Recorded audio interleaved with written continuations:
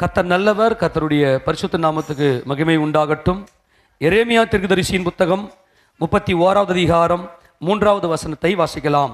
எரேமியா 31:3. பூர்வ காலம் முதல் கர்த்தர் எனக்கு தரிசனையானார் என்பாய்.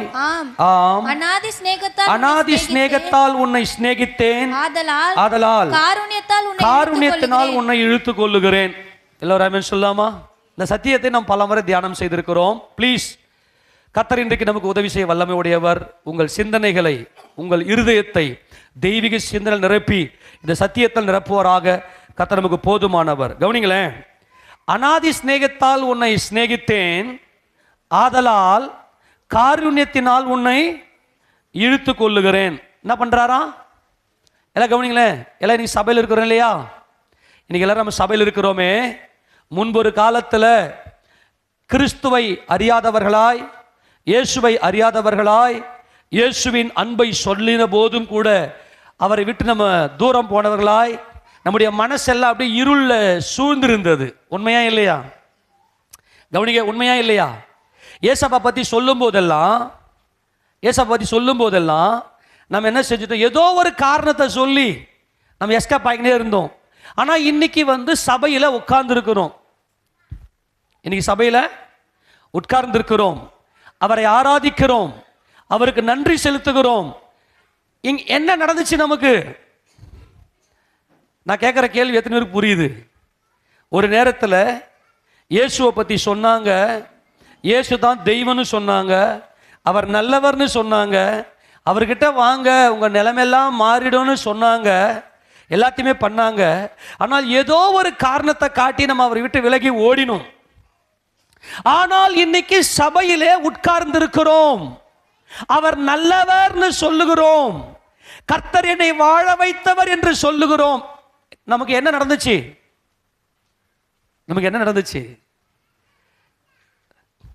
நான் மறுபடியும் சொல்றேன்.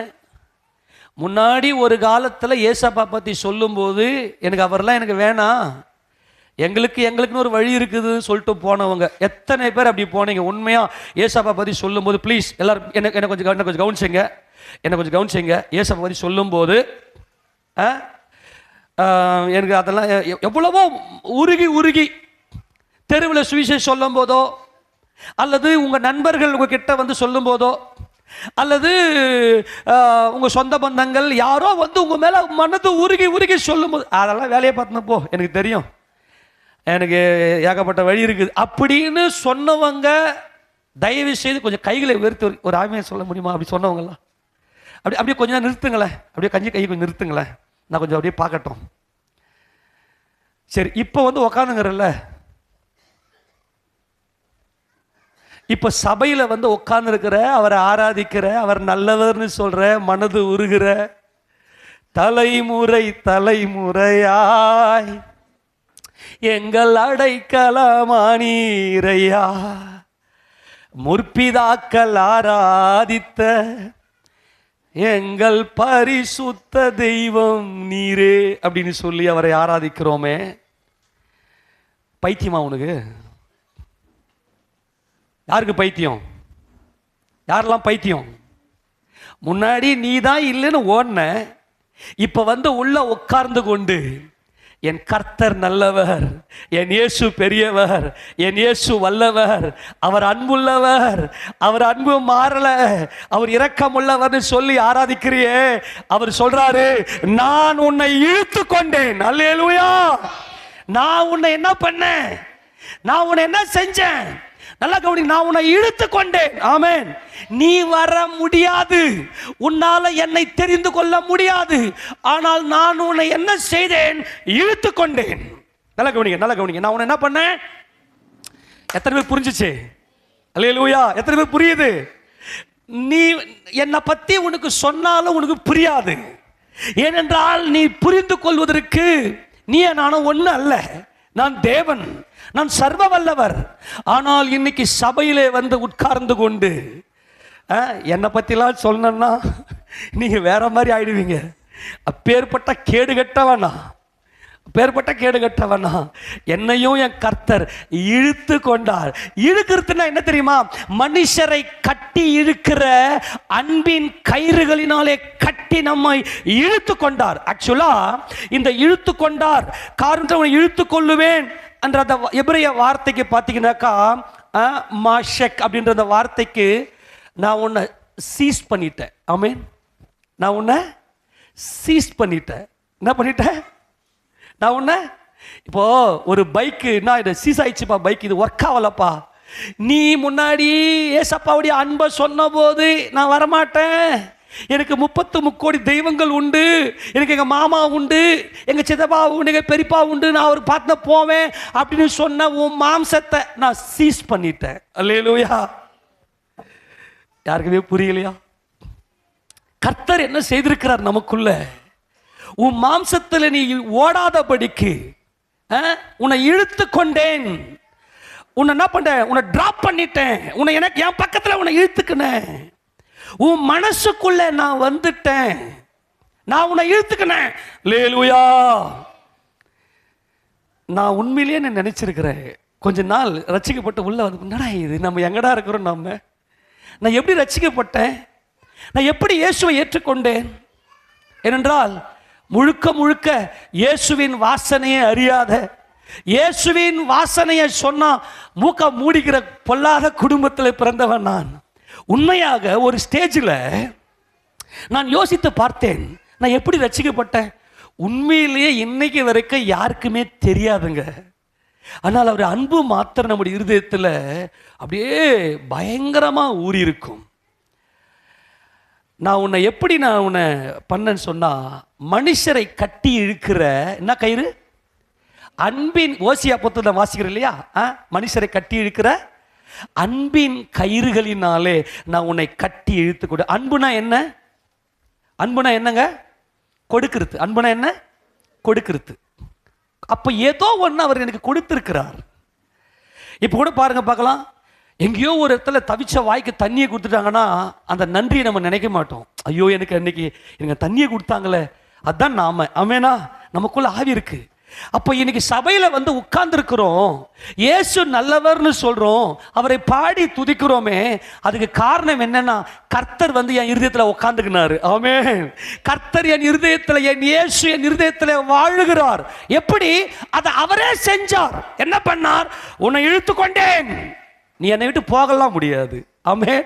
உன் மனசுல ஆணியாய் அப்படி அடிக்கப்பட்டு நான் என்னைக்குமே வந்து உட்கார்ந்து சிங்காசனம் போட்டு உட்கார்ந்துட்டேன். ஏசப்பா சொல்றாரு, உன் இருதயத்தில் நான் உன்னை உட்கார்ந்து கொள்ளும்படி உன்னை அன்பின் கயிறுகளினாலே உன்னை கட்டி நான் இழுத்து கொண்டேன். ஹல்லேலூயா. அந்த வசனத்தை வாசித்துட்டு மறுபடியும் விளக்கம் பார்க்கலாமா? திருப்பி கொள்ளுங்களேன். ஓசியா தீர்க்கதரிசியின் புத்தகத்தில் அந்த வசனத்தை வாசிங்க பார்க்கலாம். மனுஷரை கட்டி இழுக்கிற அன்பின் கயிறுகளினாலே நான் உன்னை, வாசி 11:4, ஓசியா 11:4 வாசிங்க பார்க்கலாம். ஓசியா 11:4.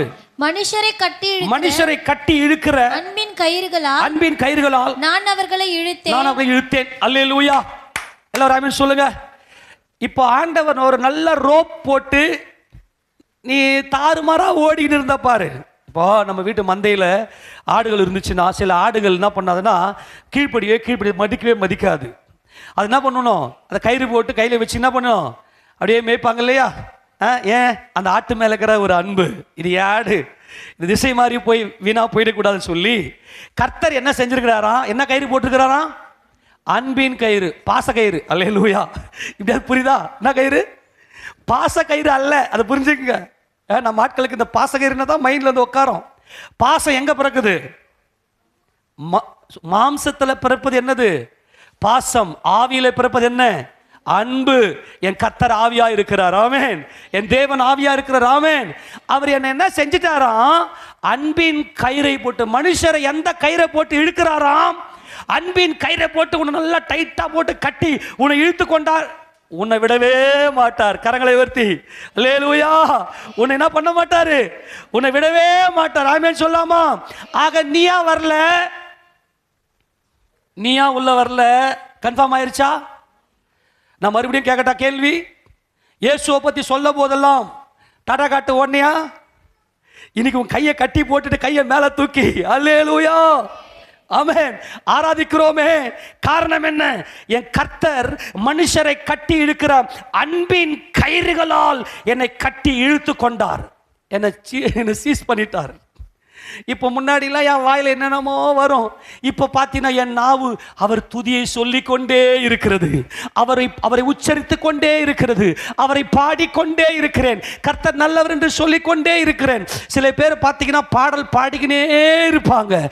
இருதயத்தில் மனசில் அந்த பாடல் ஓடிக்கொண்டே இருக்கும். அந்த பாடல் வரிகள் அவருடைய வாழ்க்கையில் ஒரு பெரிய தாக்கத்தை கொடுத்திருக்கும். அப்படியே முணுமுணுத்து கொண்டே இருப்பார்கள். வேலை செய்யும் போதும், பைக்கில் போகும்போதும், எங்கேயாச்சும் டிராவல் பண்ணும் போதும் அப்படியே தூங்கிக்கிட்டே சில பேர் சிரிப்பாங்க. பார்த்துக்கிறீங்களா? சில பேரை பார்த்தீங்கன்னா ஏதோ செஞ்சுனே இருப்பாங்க. செஞ்சுக்கினே பார்த்தீங்கன்னா ஏதோ வேலை செஞ்சுக்கினே அப்படி அவங்க மனசுலேயே ஒரு புன்முறுவல் வரும். மனசு அங்கே இருக்கும். அல்லேலூயா.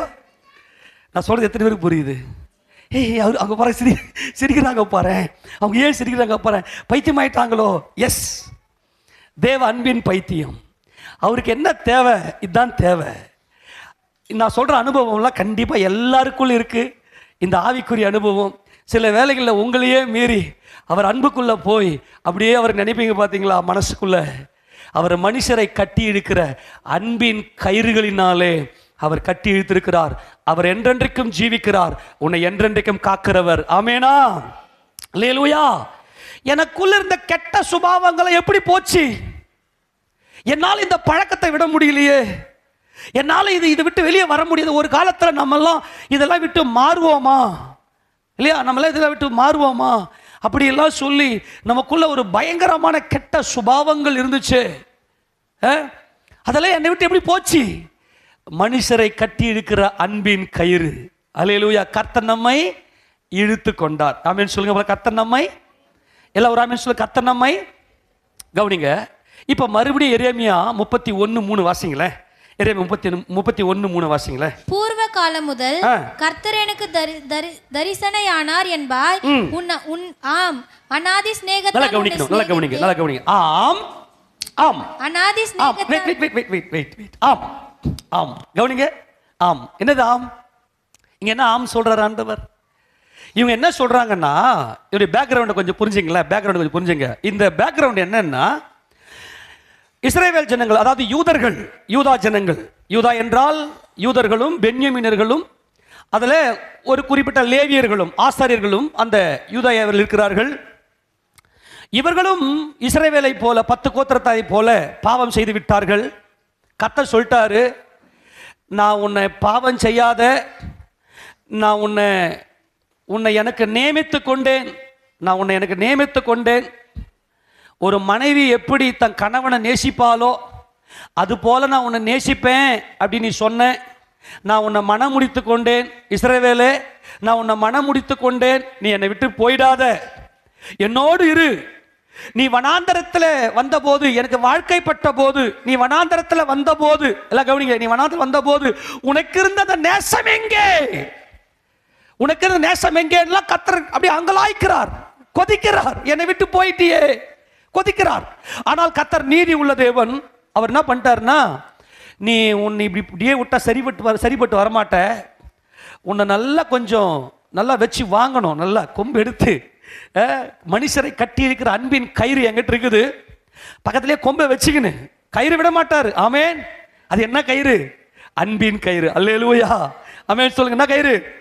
மாமனை அந்த கயிறை கையில் வச்சுக்கின்னு அப்படியே கொஞ்சம் லூஸ் விடுறாரு. கயிறு கொஞ்சம் லூஸ் விடுறாரு. நீ உன் இஷ்டத்துக்கு போறல்ல, உன்னை அப்படியே கொண்டு போய் பாபிலோனுக்கு உன்னை நாடு கடத்துகிறேன். பாபிலோனுக்கு உன்னை அடிமைப்படுத்துகிறேன். பாபிலோனில் நீ அடிமையா இருப்பாய். ஏறக்குறைய 70 வருஷம் இந்த யூதர்கள் பாபிலோனிலே அடிமைகளாய் கடந்தார்கள். அடிமை வாழ்க்கை எப்படிப்பட்ட வாழ்க்கை? இங்க பாட்டை பாடுங்க, சீயோனின் ராஜாவை துதிங்க, மகத்துவம் உள்ளவரை துதிங்க. அவர் ராஜாதி ராஜா, அவர் ஜெயங்கொண்டவர். நான் என்னுடைய பரிசுத்த பர்வதமாக சீயோன் மீதிலே என்னுடைய ராஜாவை அபிஷேகம் பண்ணி வைத்திருக்கிறேன். சீயோனின் ராஜாவை பாடி துதியுங்கள். ஆண்டவரே, நான் பாடும் போது என் உதடுகளும் நீர் மீட்டுக் கொண்ட என் ஆத்துமாவும் கம்பீரிக்கும். அந்த நன்றி உள்ள இருதயத்தில் இருங்க அப்படின்னு சொன்னா, இங்க வழி விலகி ஓடி போயிட்டு ஞாயிற்றுக்கிழமை லீவு தர மாட்டுறாங்க. ஐயோ, நான் போனா தானே என் குடும்பம் ஓடும், இப்படியெல்லாம் கரெக்டான காரணத்தை சொல்லி கர்த்தரை விட்டு விலகி போயிட்டேன். இப்போ பாபிலோனுக்கு நாடு கட்டந்ததும் பாபிலோனியர்கள் பிடிச்சிக்கின்னு, ஏய் எப்போ பார்த்தாலும் அவங்க ஆண்டவரை பாட்டு பாடி துதிப்பியே, சீயோனின் பாட்டுகளை ஒன்று பாடு பார்க்கலாம் அப்படின்னு கிண்டல் அடித்து சீயோனின் பாட்டை பாட சொல்லி நிந்தித்து அங்கே போய் பாபிலோனில் போய், நம்ம ஆளுங்க எப்படிப்பட்டவங்கன்னா சர்ச்சில் வந்து ஞாயிற்றுக்கிழமை ஆராதனை பண்ண மாட்டாங்க. நாங்கள்லாம் ஃபாஸ்டிங்கில் இருக்கிறோன்னு சொல்லிட்டு வேலையில் போயிருப்பாங்க. மயங்கி வந்து செத்தனா அதுக்கு ஆண்டவர் பொறுப்பு கிடையாது. புரிஞ்சுங்க. தேவ சமூகத்தில் உட்காந்து அவர் அன்பில் பரிபூர்ணப்படுங்க. கர்த்தர் நல்லவர், அவருடைய பரிசுத்த நம்ம மகிழ்ப்படுவதாக. ஃபாஸ்டிங் பண்ணுறேன்னு சொல்லிட்டு வேலைக்கு போயெல்லாம் ஃபாஸ்டிங், அது பேர் ஃபாஸ்டிங் அல்ல. ஃபாஸ்டிங் உபவாசம், அவரோடு வாழுதல், உட்கார்ந்து அவரை இருதயத்தில் தியானித்தல், அதுதான். ஏன்னா நமக்கு அந்த புத்தி அப்படியே இருக்கும். ஆண்டவர் என்ன பண்ணிட்டார்னா 70 வருஷம் உன்னை நாடு கட்டுற சொல்லியே அனுப்புறார். எத்தனை வருஷம்? எல்லாம் ஒரு ஆமென் சொல்லு. என் தேவன் எவ்வளவு நாள்? எத்தனை வருஷம்? தபார் எல்லாம் கவனி. உன்னை நான் லூஸ் பண்றேன், விட்டு இல்லை. மனுஷரை கட்டி இருக்கிற அன்பின் கயிறுகளினாலே உன்னை என் கையில வச்சிருக்கிறேன். உன் கரம் பிடித்தவர் உண்மை உள்ளவர். ஆமென். நான் விடல, நான் நீதி உள்ளவர். நீ செஞ்ச இந்த பாவத்துக்கெல்லாம் தண்டனை அனுபவிக்கணும்னா உன்னை இன்னொருத்தன் கையில கொடுத்து நல்லா நசுக்கி, நம்ம ஆளுக்கு ஐயோ ஆண்டவனை கை விட்டார், கையெல்லாம் விடல. ஆமென். நான் மறுபடியும் சொல்றேன், கயிறு அவர் கையில் தான் இருக்கு. அவர் லைட்டா நீ உன் இஷ்டத்துக்கு நீ ஓடனல்ல, அப்படியே கொஞ்சம் லூஸ் பண்ணாரு, கயிறு கொஞ்சம் லூஸ் பண்ணாரு. இப்போ என்ன போயிட்ட? பாபிலோனுக்கு போயிட்ட. மறுபடியும் உன்னை நான் 70 ஆண்டு காலம் உன்னை நல்லா தண்டிச்சு உனக்கு நல்லா புத்தி வர பண்ணி அங்க போனா தான் சீயோனின் நினைப்பு வரும். அதிகாலையில் எழுந்து ஜெபம் பண்ணுங்கம்மா அப்படின்னா ஜபம்லாம் வராது. இல்லைங்க பிரதர், ரொம்ப கஷ்டம், நைட்லாம் டைட்டு வேலை, ஹாஸ்பிட்டலில் போய் நாளைக்கு ஆப்ரேஷன் ஆண்டவர் அப்போ வரும் பாருங்க துக்கம் எல்லாம். இங்கே உட்காந்து காலையில் இருந்து கர்த்தரை நோக்கி ஜெபம் பண்ணுங்கம்மா, கர்த்தரை நோக்கி பாடுங்கம்மா, அவர் செய்த நன்மைகளை நினைத்து துதிங்கம்மான்னா அதெல்லாம் முடியாது. ஹாஸ்பிட்டலில் போய் நாளைக்கு சொல்கிற டாக்டர், இது வந்து கொஞ்சம் நாளைக்கு கிரிட்டிக்கலுங்க, கொஞ்சம் ஆப்ரேஷன் பண்ணி ஆகணும் டாக்டர், ரொம்ப சீரியஸாக இருக்குமா எப்படி, அதெல்லாம் எனக்கு தெரியாதுங்க, ஏதோ நாங்களாம் பண்ணுறோம், உங்கள் கடவுளை நீங்கள் வேண்டிங்கன்னு சொல்லும் போது வரும் பாருங்க. நான் இப்போ சொல்கிறேன், கர்த்தர் உங்களை கைவிடவில்லை, அவர் கரத்தில் இருக்கிறீர்கள். 70 ஆண்டு காலம் முடிந்து, நல்லா கவனிங்க பார்க்கலாம், எடுத்து வாசிங்க பார்க்கலாம். 29:10, எரேமியா 29:10 வாசிங்களேன். எரேமியா 29:10.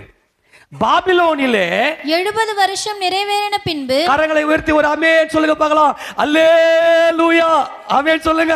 என் கர்த்தர் என்னை விட்டாலும், என்னை பாடுகளுக்கு உட்படுத்தினாலும், எனக்கு புத்தி வரும்படியாய் என்னை கர்த்தர் வந்து அந்த புடமிடுதலுக்கு விட்டு கொடுத்தாலும் அவர் கரத்தில் நான் இருக்கிறேன். குறித்த நேரம் வரைக்கும் தான் உன் பாடுகள். ஆமென்.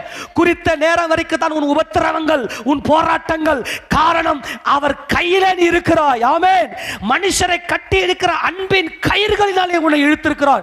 70 வருஷம் தான், ஒரு வினாடி கூட மிஸ் பண்ண மாட்டாரு. மறுபடியும் உன்னை அப்படியே பொண்ணா தூக்கிவாரு.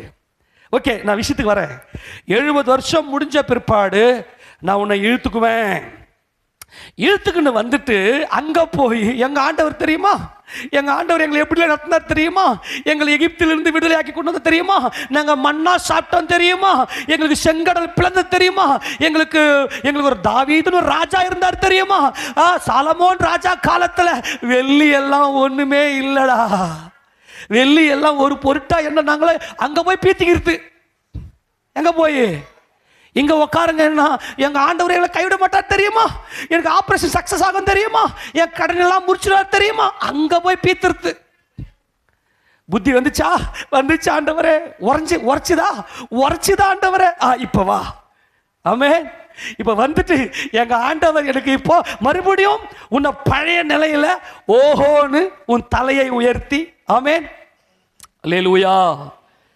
நாம ஆண்டவர் என்ன செய்தார் அப்படின்னா இதே தான் ஃபாலோ பண்றார்.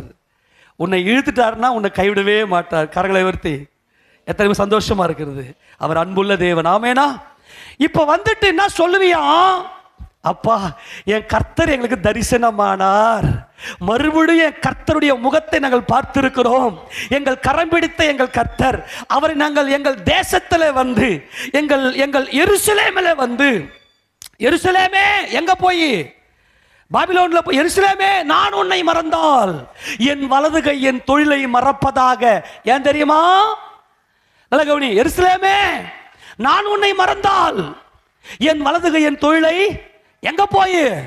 பாபிலோன்ல போய். ஏன்? ஒழுங்கா கர்த்தரை வந்து ஆராதிங்க, ஒழுங்கா கர்த்தரை வந்து தேவ சமூகம் நில்லுங்க, அவர் அன்பை போற்றுங்க அப்படின்னா இல்லைங்க பிரதர், ஞாயிற்றுக்கிழமை வேலைக்கு வரலன்னா நீ வேலைக்கே வேணான்னு சொல்லிட்டான் பிரதர். நான் போனேன் பிரதர், கையை உடைச்சிக்கின்னு, அப்பா இப்ப கையை கொடுங்கப்பா, நான் உங்களை ஆராதிக்கிறேன். எருசலேமே நான் உன்னை துதிக்காமல் போனால் என் நாக்கு மேல் வயடை ஒட்டி கொள்வதாக. கர்த்தரை துதியுங்கள், அவர் நல்லவர், அவர் கிருபை என்றும் உள்ளதுன்னு சொன்னா புத்தியே வராது. அந்த வசந்த வாசிச்சே ஆகணும். எடுத்துக்க போனா சங்கீதம் 137, சங்கீதம் 137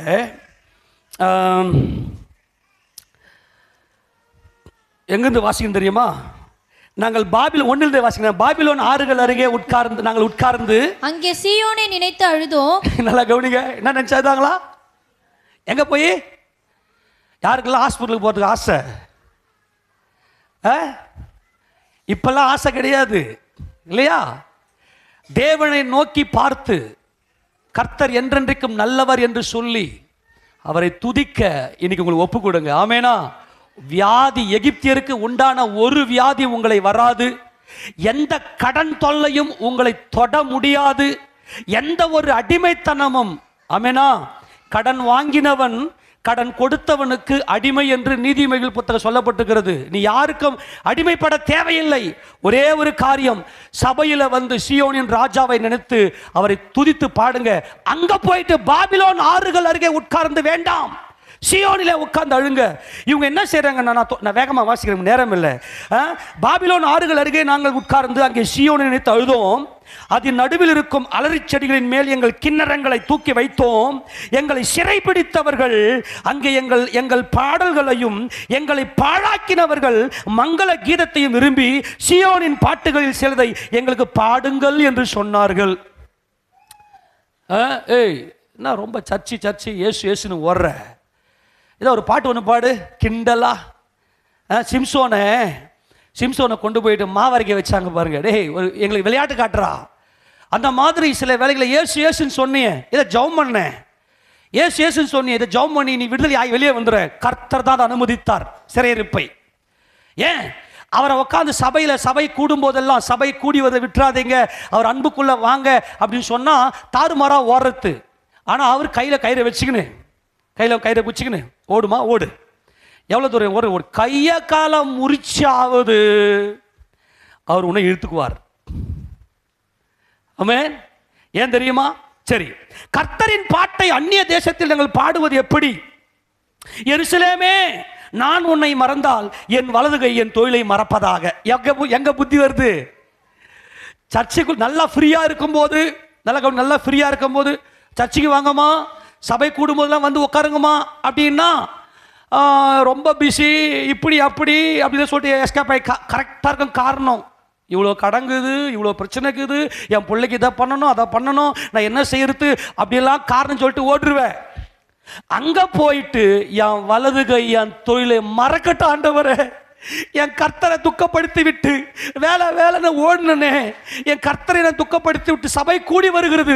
சபை கூடி வரும்போதெல்லாம் தேவன் மகிமைப்படுகிறார். ஏனென்றால் தேவ பிள்ளைகள் எல்லாம் இந்த மூளை கற்கள் மேலே ஒன்றோடு ஒன்று கட்டப்பட்டு எல்லாம் சந்தோஷமா ஆராதனை பண்றோமே, இந்த மகிமையை கர்த்தர் அனுபவிக்கிறார். ஆமென் சொல்லுங்க பார்க்கலாம். மறுபடியும் சொல்றேன், இருக்கிற பாவத்திலே கொடும்பாவம் எது தெரியுமா?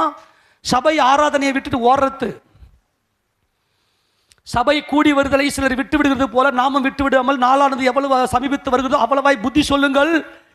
சத்தியத்தை அறிகிற அறிவை அடைந்த பின்பும் மனதார நீங்கள் பாவம் செய்ய இருந்தால் பாவத்தின் நிமித்தம் செலுத்தத்தக்க வேறொரு பலி இனி இராமல்.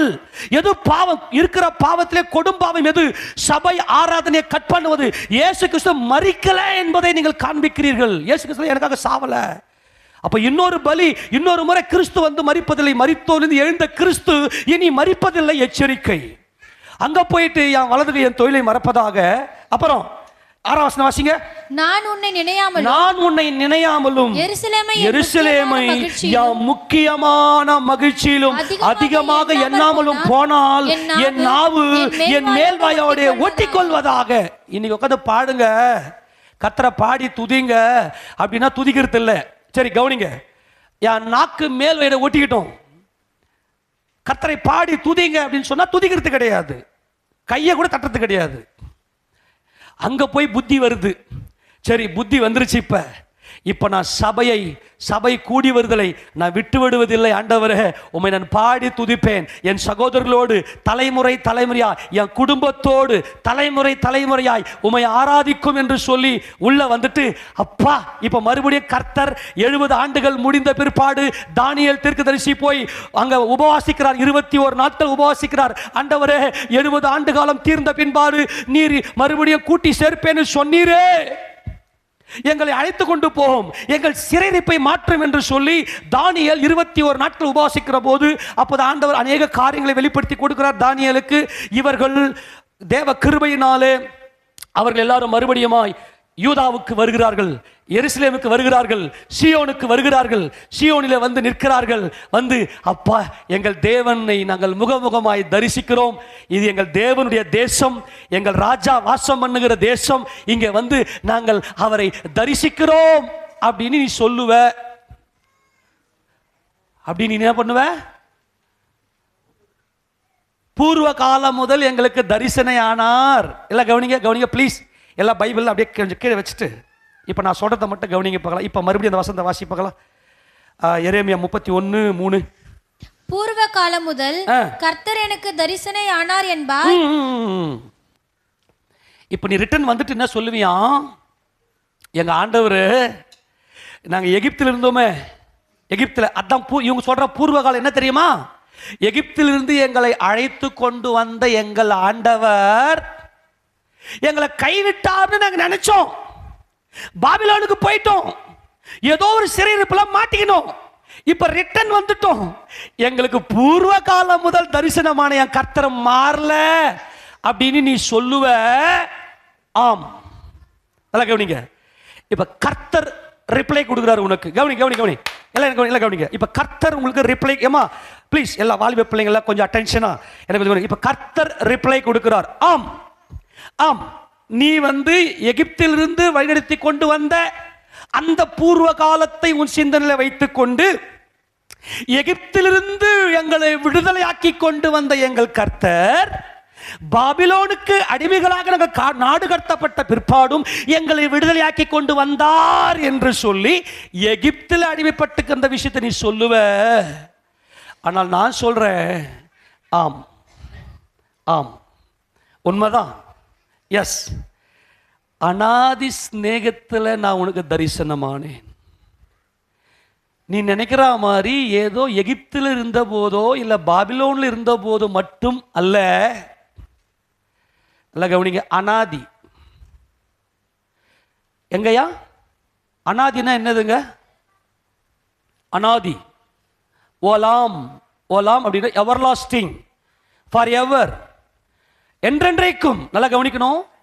நீ நினைக்கிற அம்மா, நீ நினைக்கிற என் சகோதரனே என் சகோதரியே, நீ நினைக்கிற கர்த்தர் எனக்கு தரிசனம். ஆமா, நான் வந்து ஆண்டவரை விட்டு விலகி போயிருந்தேன், நான் உடைக்கப்பட்டிருந்தேன், என் கர்த்தரை தேடி வந்தாரு, கேப்ல கொஞ்சம் அப்படி வழி போயிட்டேன், மறுபடியும் என்னை சேர்த்துக்கினாரு. அன்னைக்கு நான் நடுத்தரில் நின்னேன், அன்னைக்கு வந்த அந்த கர்த்தர் எனக்கு மறுபடியும் தரிசனமானார் அப்படின்னு நீ சொல்லுவ.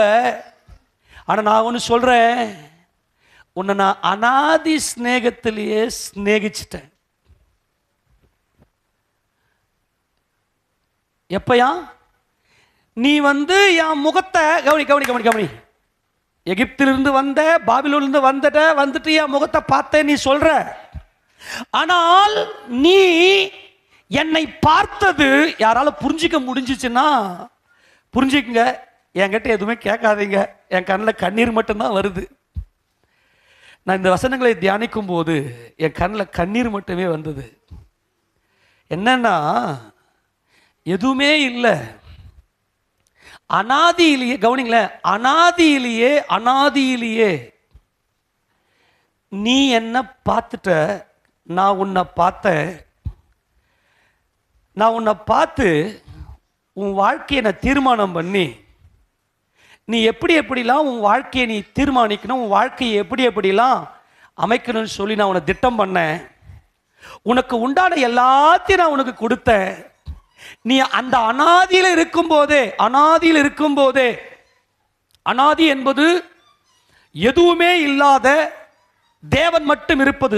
ஆதி என்பது பிகினிங் பெரஷிட் அல்லது ஆர்கே, கிரீக்ல ஆர்கே, துரைத்தனம் அப்படின்னு சொல்லி சில இதில் தமிழ் மொழிபெயர்க்கிறாங்க. ஆர்கே. கவனிங்க, நான் இன்னைக்கு கர்த்தர் உங்களோடு பேசுகிற ஒரே ஒரு காரியம் என்னவென்றால், நீ நினைக்கிற ஏதோ இந்த உலகத்தில் இருக்கும்போது மட்டும்தான் நீ என்னை பார்த்தேன்னு சொல்லி, ஆனா நீ என்ன உலக தோற்றத்துக்கு முன்னாடியே நீ என்னை பார்த்தேன்றாரு. ஆமா, பூர்வ காலம் முதல் எனக்கு தரிசனமானார். நாங்கள் எகிப்தில் இருக்கும் போதே மோசேயும் ஆரோனையும் அனுப்பி எங்களுக்கு தரிசனமாகி எங்களை விடுதலையாக்கி வந்த அந்த ஆண்டவர் இப்போ பாபிலோனிலிருந்தும் எங்களை கொண்டு வந்தார். அவர் பூர்வத்தின் தேவன் அப்படின்னு சொல்ற. உன் லெவலுக்கு நீ சொல்ற, என் லெவலுக்கு நான் சொல்றேன். நம்ம அத்தனை பேருமே அவர் கூட குடும்பம் பண்ணி இருந்திருக்கிறோம். என்னால் இதை தாங்கிக் கொள்ளவே முடியவில்லை, என்னால் கிரகிக்கவே முடியவில்லை. ஆனால் மறந்துட்டோம் அவரை. கவனிங்க, மனிதனுடைய அன்பு, மனிதனுடைய பழக்க வழக்கங்கள், மனிதன் வைக்கிற நேசம் எல்லாம் இந்த பூமியில் இருக்கும்போது வந்தது மாத்திரமே. ஆனால் கர்த்தர் நம்ம மேல வைத்திருக்கிற அன்பு, இந்த அன்பு, நான் உலக தோற்றத்துக்கு முன்பதாகவே உன்னை அனாதியிலேயே நான் உன்னை அனாதி ஸ்நேகத்தால் உன்னை ஸ்நேகித்தன் அப்படின்னா என்ன அர்த்தம்? கவனிங்களேன், இல்லை கவனிங்களேன். யாரை ஸ்நேகித்தாரா? என்ன ஸ்நேகித்தாராம்? அனாதியில் அவர் மட்டும் இருக்கிறாராம். ஆனால் அனாதியில ஸ்நேகித்தேன் என்றால் நான் எங்க இருந்திருக்கணும்?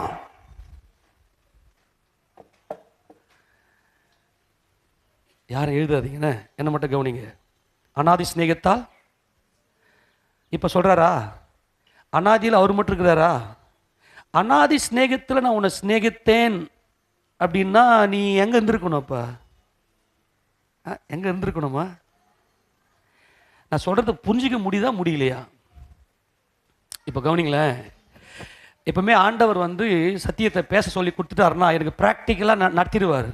ப்ராக்டிக்கலாக நடத்துவார். நான் என்ன பண்ணேன், வாக்கிங் போயிட்டு வந்துனே இருந்தேன்னா, அப்படி வந்துனே இருந்தப்போ நல்லா வெயில், ரொம்ப கோல்டாக இருக்குதுன்னு சொல்லிட்டு நல்லா வெயிலில், உச்சி வெயிலில் நடந்துன்னு போயிருந்தேன். என் பின்னாடி ஒரு சவுண்டு கேட்டுச்சு, லோகே அப்படின்னு ஒரு சவுண்டு ஒன்று கேட்டுச்சு. யாராலும் திரும்பி பார்த்தா என் கூட படித்த, அதாவது 10th வரையும் தான் என் கூட படித்தான். அவன் 10th வரைக்கும் தான் படித்தான். அதுக்கப்புறம் என்னை பார்க்கவே இல்லை, நானும் அவனை பார்க்கவே இல்லை. ஆக்சுவலாக அவன் பேரே எனக்கு மறந்து போயிடுச்சு ஆக்சுவலாக. ஆனால் சமாளிச்சிட்டேன்.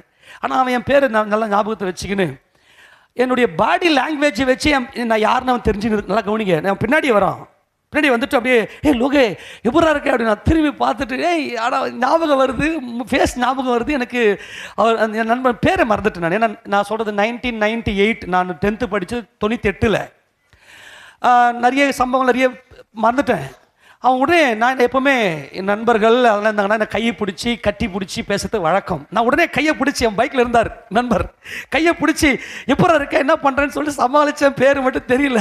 அவன் ரொம்ப விசாரிச்சு, நீ என்ன பண்ணுற, அப்புறம் கூட இருந்த எல்லாரும் இவங்களாம் என்ன பண்ணுறாங்க, இவங்கெல்லாம் இதெல்லாம் பண்ணுறாங்க, நான் சர்ச்சு பாஸ்டராக இருக்கிறேன்டா அப்படின்னு சொன்னதும் கையை பிடிச்சிருந்தா, அப்படியே கையை பிடிச்சி விலகிட்டு, நான் குடிச்சிட்டு இருக்கேன்டா, நான் ட்ரிங்க்ஸ் பண்ணிட்டு இருக்கிறேன் அப்படின்னு சொல்லிட்டு அப்படி என் கையை விட்டடியே உதறி, நான் என்ன சொன்னேன், அதெல்லாம் ஒன்றும் இல்லைப்பா, ஏசப்பா உன்னை ஆசீர்வதிப்பார் அப்படின்னு சொல்லிட்டு அவர் தோல் மேலே கையை வச்சு, சரி நான் வரம்பா அப்படின்னு சொல்லிட்டு சார் கதையும் போயிட்டார். கவனிங்களேன், ஜஸ்ட் ஒரு 1998 அது வரைக்கும் நாங்கள் பழகினோம், மறக்க முடியல.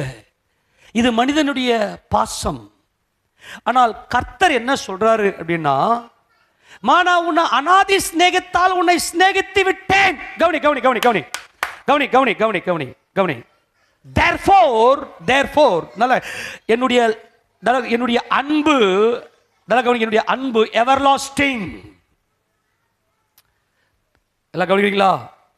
எல்லாம் உங்களால் கிரகித்துக் கொள்ள முடிந்தால் கிரகித்துக் கொள்ளுங்கள். தாயின் கருவில், அம்மாவுடைய வயிற்றில் நான் தோன்றுவதற்கு முன்பதாகவே நான் இருந்திருக்கிறேன். இன்னைக்கு செய்தியின் தலைப்பே என்னன்னா, therefore, ஆதலால். அவள்தான் ஆதலால்.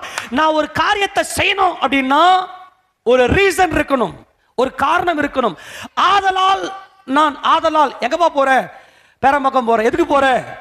ஆதலால் இந்த காரியத்துக்கு நான் போறேன், இதுக்கு செய்யறேன், இதுக்காக செய்யறேன், இதுக்காக ஒரு ரீசன். நம்ம செய்வதற்கு ஒரு ரீசன் இருக்கணும். ஆதலால் தபர் நீ என்னை அறியல, என்னை அறியாமல் உன்னுடைய மாம்சத்தில் தோன்றின அந்த பாதையில நீ ஓடினாய். உனக்கு என்னை புரியாது, நீ மறந்து விட்டாய், நீ பாவம் செய்து விட்டாய், உன்னுடைய இருதயம் அந்தகாரப்பட்டு விட்டது. ஆனால் நான் உன்னை அநாதி சிநேகத்தில் அநாதியிலே நான் உன்னை சிநேகித்து விட்டேன். ஆதலால் காருண்யத்தினால், காருண்யம் நான் உன்னை எதனால் இழுத்துக் கொள்கிறேன் என்றால் காருண்யத்தினால் உன்னை இழுத்துக் கொள்கிறேன். ப்ளீஸ், நீங்கள் தேவர்கள். கர்த்தருக்கு ஏன் தெரியுமா கோபம்? நீதாண்டா கடவுள். நான் உன்னை ஏன் சாயல படைச்சேன்? நீ ஏண்டா அந்த ஒரு விக்கிரகங்கள் கிட்ட போற? நம்மளுக்கு இன்னைக்கும் உள்ள உட்காந்துட்டு இந்த ஆத்தா கோயில் அந்த ஆத்தா கோயில் வர வாய் தந்து சொல்லுதுங்க. உங்களை என்ன பண்றது? ஃபெனாயில் எடுத்து வாயில ஊத்தி அப்படியே கொப்பிள் சிக்கன முடிஞ்சிருங்க. என்ன எல்லாம் கவனி. இது நீ உருவாக்குண்டு. இந்த வாரம் முழுக்க எனக்கு தான் வருது என் காதல. ஆண்டவரே, நான் அந்நிய தேவனுடைய பேரை என் வாயில உச்சரிக்க மாட்டேன். ஆண்டவரே, நீ தாண்டா கடவுள். படுவாவீங்களா? புரிஞ்சுங்கய்யா. நீ எங்க இருந்தியா? எப்பா கவனி. இப்ப நான் ஒரு சில ஆதாரங்கள்லாம் உங்களுக்கு காட்டுறேன். உங்களால் கிரகிக்க முடிஞ்சதுன்னா நீங்க பாத்துக்கங்க. இப்ப நான் ஒரு சில ஆதாரங்களை காட்டுறேனே. அநாதி சிநேகத்தால் நான் உன்னை சிநேகித்தேன். நான் உன்னை அன்னைக்கே டிசைட் பண்ணிட்டேன். உன் வாழ்க்கை எப்படி இருக்கணும், உனக்கு உரிய அத்தனையும் நான் வகுத்து. தபார் உன் மனைவியை பார். ஆதாம் உருவாக்கி ஏவாலியம் உருவாக்கணும் ஆண்டவரே தூரத்துக்கு போட்டா. அதான் ஆண்டத்துக்கு, இவள் என் எலும்பில் எலும்பும் என் மாம்சத்தில் மாம்சமா இருக்கிறாள், இவள் மனுஷிலிருந்து எடுக்கப்பட்டபடியால் மனுஷி என்ன உடனே கட்ட படிக்கிறார். அவ்வளவு சந்தோஷம். கர்த்தாவே நீர் கொடுத்தது. ஆமேனா. எல்லாவற்றையும் அவர் உருவாக்கினார். இன்னைக்கு இருக்கிற உன் மனைவி, உன் கணவன், எப்படா இவனை பார்த்த காதலுக்கு கண் இல்லையோ அப்படின்னு நிறைய பேர்லாம் யோசிக்கிறீங்க. என்னடா இது? நிறைய பேருக்கு தலை குனிறது பார்த்தா அதான் நடக்குது போல் இருக்கு. ஏண்டா இவனை பார்த்தோம்? நீ பார்க்கலாமா? இது உலக தோற்றத்துக்கு முன்பதாகவே அநாதியிலே உன் தேவன் உன் பக்கத்துல வச்சு தபார் உனக்கு உரியது நீ வாழ போற வாழ்க்கை எல்லாவற்றையும் திட்டம் பண்ணின போது கர்த்தர் கொடுக்க கர்த்தரை பார்த்து முகமுகமாய் பார்த்து அவரில் உன்னுடைய இருதயம் களி கூர்ந்திருக்கிறது. கர்த்தர் களி கூர்ந்து உன்னுடைய இருதயத்துக்குள்ள, என் ஆண்டவரே, இவ்வளவு அழகான மனைவி, இவ்வளவு அழகான கணவன், இவ்வளவு அழகான பிள்ளைகள், இப்படிப்பட்ட வாழ்க்கை, இப்படிப்பட்ட ஒரு தேவைகள் எல்லாவற்றையும் அவர் உனக்கு கொடுக்க உன் கண்ணு அவரை மட்டுமே நோக்கி இருந்ததே. உன் இருதயத்தில் நீ கொடுத்த அவரை அந்த கொடுத்த அன்பை உன் இருதயத்தில் ருசித்திய அந்த டேஸ்டை அவர் உணர்ந்துட்டார். நீ அவர் மேல வச்ச அந்த பாசத்தை, அவர் மேல வச்ச அந்த நேசத்தை, அவரை உன் இருதயத்துக்குள்ள வச்சு துதித்த அந்த துதியை அவர் அனுபவிச்சுட்டு இப்ப கொடுக்க மாட்டேங்கிற, உடையிறாரு, அழறாரு, உயிரையும் கொடுத்துட்டாரு. அவரால் விட முடியல, உன்னை விட முடியல. உலக தோற்றத்துக்கு முன்பதாகவே நீ அவரை கண்டிருக்கிறாய். அவரோடு நீ உறவாடி இருக்கிற. அவர் கொடுத்ததுக்கு அவருக்கு நன்றி சொல்லி அவரை உன் இருதயத்தில் நீ துதித்திருக்கிற. நான் மறுபடியும் சொல்றேன், அதுதான் இந்த ஆம் ஆம் ஆம். ஆண்டவரே, நீர் பூர்வ முதல் எனக்கு தரிசனை ஆனது சொல்லுவ. ஆம், நான் சொல்றேன். இப்ப நான் சொல்றேன், இப்ப நீ எல்லாம் இந்த உலகத்துல நான் உன்னை தேடி வந்து உனக்கு நன்மை செய்ததை நினைத்து கொண்டிருக்கிறாய். கர்த்தருக்கு ஸ்தோத்திரம். ஆமா, ஆனால் என்னுடைய அன்பு இப்ப இல்ல. நீங்க எப்பங்க ரட்சிக்கப்பட்டீங்க அப்படின்னு கேளுங்களேன். எப்பங்க ரட்சிக்கப்பட்டீங்க? நான் 2005 தான் நான் ஞானஸ்தானமே எடுத்து ரட்சிக்கப்பட்டேன். 2005 தான், ஜஸ்ட் தான். ஆனால் நான் சொல்றேன் 2005. ஆனால் கர்த்தர் சொல்றார், ஆம் ஆம், நீ 2005 உனக்கு தரிசனமான நீ சொல்றியா? ஆம். இன்னைக்கு நின்று சொல்றான், பூர்வத்தில் 2005 ரட்சிக்கப்பட்டேன். ஆம், எஸ், ஆமா. கர்த்தர் இன்னைக்கு சொல்றாரு, உன்னை அநாதி சிநேகித்தால் உன்னை சிநேகித்தேன். நீ அன்னைக்கு அங்க இருந்த, உன் ஆத்துமா அன்னைக்கு அங்க இருந்துச்சு, என்ன பார்த்துச்சு. உனக்கு நான் திட்டம் பண்ணினேன். இவள் தான் உன் மனைவி, இவள் தான் உன் பிள்ளைகள், இதுதான் உன்னுடைய வாழ்க்கை, இதுதான் உன் படிப்பு, இதுதான் உன் பணம், இதுதான் உன்னுடைய அழகு, இதுதான் உன்னுடைய வாழ்க்கைன்னு சொல்லி எல்லாவற்றையும் திட்டம் பண்ணினேன். அதை நீ வாங்கிக்கிறீ, என்னில் கலி கூர்ந்தியே. நல்ல கவனிங்க, கொடுத்ததை பார்த்து கொடுத்தவரை துதித்தியே. கொடுத்ததை பார்த்து கொடுத்தவராக என்னை உன் இருதயத்தில் வைத்துக்கொண்டு நீ மனமகிழ்ச்சியா இருந்தியே. அந்த நேசத்தை நான் இப்போது கேட்கிறேன். அதை நான் மறுபடியும் உனக்கு வரவழைக்காமல், அதை நான் உனக்கு மறுபடியும் உனக்கு வரவழைக்காமல் உன்னை நான் விடுவதே இல்லை. சேலஞ்சு பண்ணிக்க, சேலஞ்சு பண்ணிக்க. உலக தோற்றத்துக்கு முன்பதாகவே என்னில் களி கூர்ந்த அந்த அன்பை மறுபடியும் நான் உனக்கு வரவழைக்காமல் உன்னை விடவே மாட்டேன். சேலஞ்சு பண்ணிக்க. உன் இருதயத்தில் எல்லாவற்றையும் கொடுத்த என்னை மாத்திரம் இருதயத்தை தரித்து கொண்டு, என் கர்த்தாவே நீர் எவ்வளவு அன்புள்ள தேவன் என்று சொல்லி என்னை துதிச்ச அந்த துதியை மறுபடியும் உன் இருதயத்துக்குள்ளே கொண்டு வருவேன். ஆம் ஆம். அதுக்கு என்ன பண்ணணும்? உன்னை நொய்யோட நொய்யா போட்டு இடிச்சு, இன்னைக்கு வந்து எதுக்கோ அழற இல்லையா? எனக்கு வீடு இல்லை, எனக்கு வாசல் இல்லை, எனக்கு உடம்புல பிரச்சனை, என் பிள்ளைங்க சரியில்லை, நான் இப்படி வரணும், இதெல்லாம் மனசில் இருக்குது. நல்லா கவனிங்க, இதெல்லாம் உன் மனசில் இருக்குது. இப்போ நான் இதுக்காக நீ உன் மனசை நீ உடைக்கிற. இதையெல்லாம் நான் கொடுப்பேன். ஆமென். இதையெல்லாம் நான் கொடுப்பேன். அதான் என் காருண்யம். காருண்யம் என்பது இரக்கம். அங்க பார்த்தீங்கன்னாக்கா காருண்யம் என்கிற வார்த்தைக்கு என்ன எபிரேய பதம் சொன்னாக்கா கேசேத். கேசேத் கேசேத் என்றால் இரக்கம். ஒரு தாயானவள் தன் பிள்ளையின் மேல் வைக்கிற அந்த இரக்கம். இந்த காருண்யம் என்பது எப்படிப்பட்டதுன்னா, எதிர்பாராமல், எந்த ஒரு எதிர்பார்ப்பும் இல்லாமல் கொடுப்பது. காருண்ய மேகம் என்று தமிழ் புலவர்கள் பாடுகிறார். காருண்ய மேகம், மேகத்தை காருண்ய மேகம். மேகம், மழை மேகம் எந்த ஒரு எதிர்பார்ப்பும் இல்லாமல் தம்மையே கொடுத்து விடுகிறது. ஆமென். புரிஞ்சுக்க முடியுதா? அம்மா ப்ளீஸ். கர்த்தர் எந்த ஒரு எதிர்பார்ப்பும் இல்லாமல் தம்மையே கொடுத்து விட்டார். அவர் காருண்ய மேகம், அவர் காருண்யம். கர்த்தர் சொல்றாரு, தபர், நான் உன்னை உலக தோற்றத்துக்கு முன்னாடியே அனாதியிலேயே நான் உன்னை சிநேகித்து விட்டேன். இப்ப நான் என்ன செய்யறேன்னா, நீ என்னை அறியாமல் உன் இருதயத்துக்கு என்னை தரித்திருந்தாய். அதை நீ இப்ப அறியாமல் உன் இருதயத்தில் இன்னைக்கு உலகங்கள் உள்ளே வந்து உட்காந்துங்குது. உன் வாழ்க்கை இல்லையா, இந்த மாய வாழ்க்கை, இந்த மாய வாழ்க்கை வந்து உள்ள உட்காந்துக்குன்னு, எனக்கு இப்போதைக்கு 2 லட்சம் ரூபாய் தேவை, 2 லட்சம் ரூபாய் தேவை, நான் கொடுத்துருவேன். எனக்கு இப்போ 2 லட்சம் ரூபாய் கடன் இருக்காண்டு, நான் கொடுத்துருவேன். அதுதான் என் காருண்யம். நீ இப்ப எனக்கு 2 லட்சம் ரூபாய் கடன்ல நான் உட்காந்துங்கிறேன்னு அழறிய, அதுவும் பாவம். நல்லா புரிஞ்சுக்கணும், டிஃபரெண்டா புரிஞ்சுக்கணும். அதுவும் பாவம். இன்னைக்கு நீ அழுது துக்கத்தோட கண்ணீரோட வேதனையோடு இருப்பதற்கு காரணம் உன் பாவம். தலைகுனிவோட அசிங்கப்பட்டு அவமானப்பட்டு சுற்றி திரிகிறியே, அதுவும் பாவம். ஆனால் நான் சொல்றேன், இந்த பாவத்துக்காக நான் வழக்காடி உன் பாவத்தை எல்லாம் நான் மன்னித்து உனக்காக சிலுவையில பலியாகி உன்னை மீட்டெடுத்து நீ கேட்கறதெல்லாம் நான் கொடுப்பேன். அல்லேலூயா. ஏன்னா இப்பதான் கொடுத்தவராகிய என்ன கொஞ்சம் கொஞ்சமா பார்ப்பேன். உன் இருதயத்தில் இருக்கக்கூடிய தேவைகள் எல்லாத்தையும் நான் உனக்கு கொடுத்து காருண்யத்தால் உன்னை இழுத்து கொள்ளுவேன். என் இரக்கத்தால் நீ கேட்கறதெல்லாம் உனக்கு கொடுத்துட்டு, அல்லேலூயா, இப்போ நீ கேட்கறதெல்லாம் கொடுத்துட்டு கொடுத்தவராகிய என்னை நீ உன் இருதயத்தை தரித்துக் கொள்வாய் அல்லவா? ஆமென்.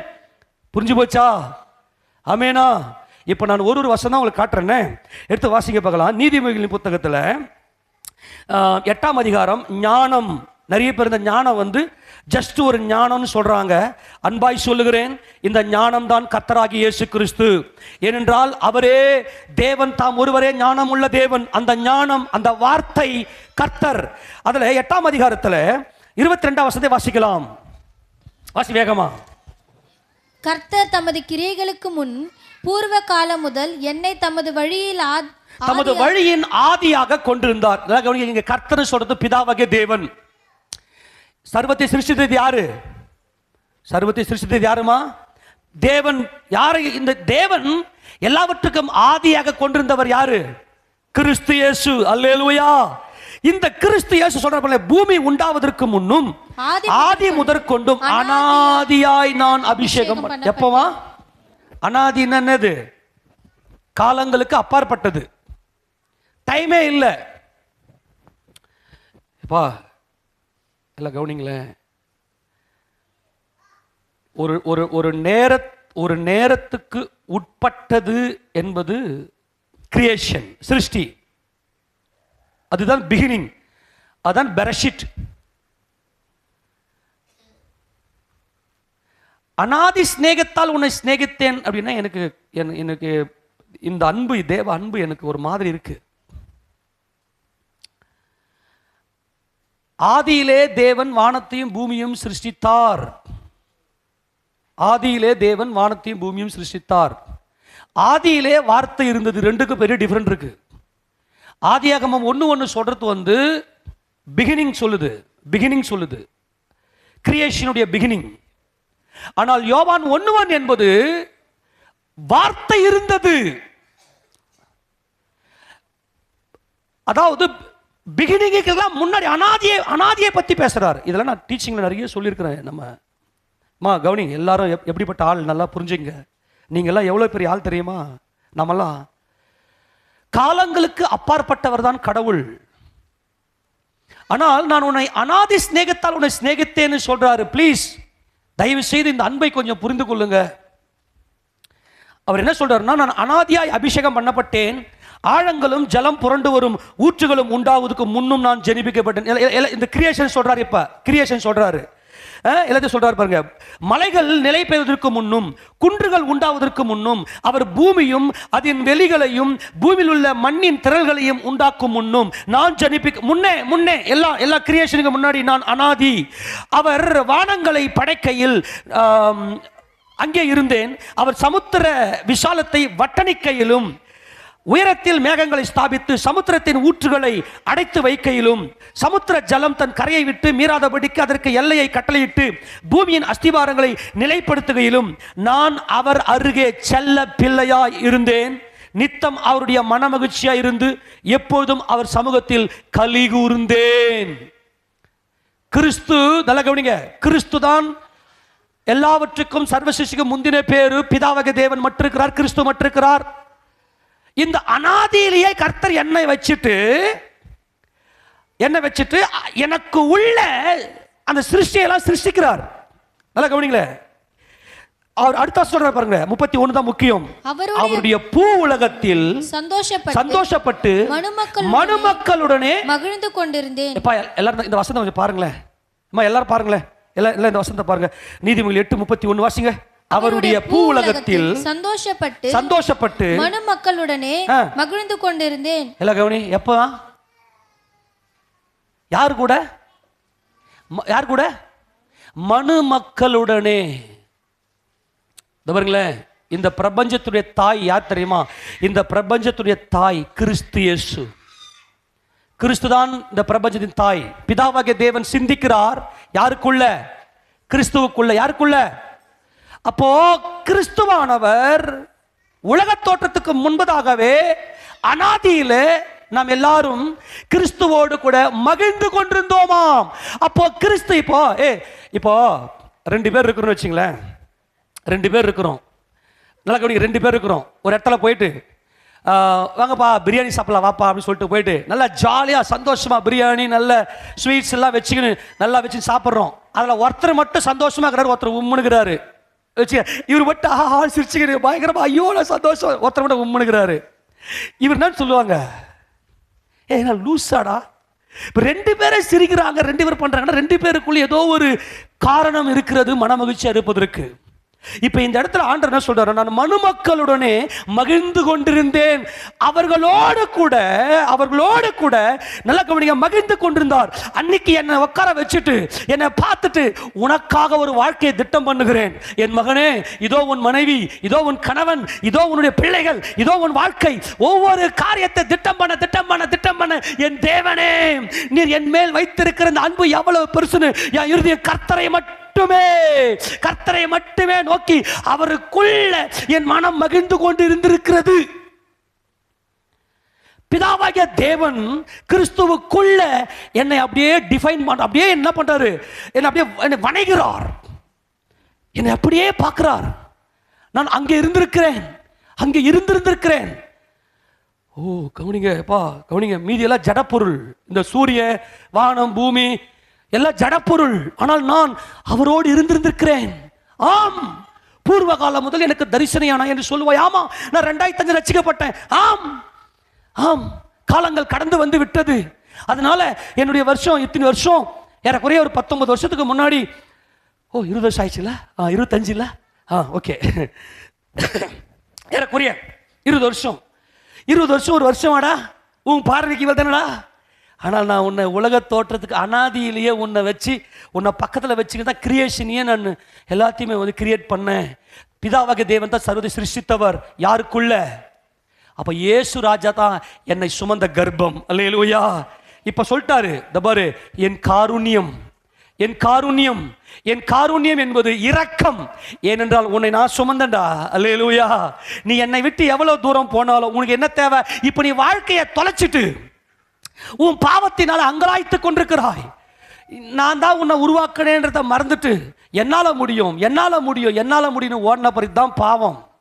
விக்கிரகமே என்ன தெரியுமா? நான் என்னதான் விக்கிரகம். நீ ஓடனல்ல, இப்போ உன்னால முடியாம நடுத்தல நிப்பல்ல, அது உன் பாவத்தில் நீ அழறல்ல. இப்போ என் காருண்யங்கள், அல்லேலூயா, என் காருண்யம் என்பது உன்மேல் நான் வைத்திருக்கிற இரக்கம். ஏனென்றால் உன்னை சுமந்த கர்ப்பம் நான். உன்னை அநாதி சிநேகத்தால் உன்னை சிநேகித்தேன்.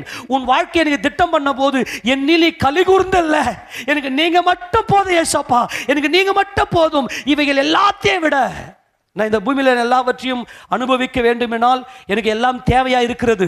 என் தேவைகள் எல்லாம் என்னால் முடியும். நான் ஓடினேன். இன்னைக்கும் எத்தனையோ ஜனங்கள் உலகத்தில் இந்த கர்த்தரை அறியாமல் ஓடிக்கொண்டிருக்கிறார்கள். அன்பானவர்களே, அழுங்கள். அந்த ஜனங்கள்லாம் மீட்கப்படணும்னு சொல்லி கண்ணீரோட கர்த்தர்கிட்ட கேளுங்க. அவர் எல்லாரும் இந்த தாய் அன்பாகிய கர்த்தருக்குள்ளே வந்து சேர வேண்டும். நீங்களும் நானும் சாதாரணவர்கள் அல்ல. இன்னைக்கு உன்னுடைய மனசு உடையுது இல்லையா? அதுக்கு காரணம் என்ன? பாவம். எடுத்து வாசிக்க பார்க்கலாம். புலம்பலின் புத்தகத்தில் இவர் புலம்பராரு பாருங்க, பார்க்கலாம். எல்லாம் எடுத்து வாசிக்க பார்க்கலாம். புலம்பலின் புத்தகம் 1வது அதிகாரத்தில் 8ஆம் வசனம் வாசிக்க பார்க்கலாம். புலம்பல் 1:8.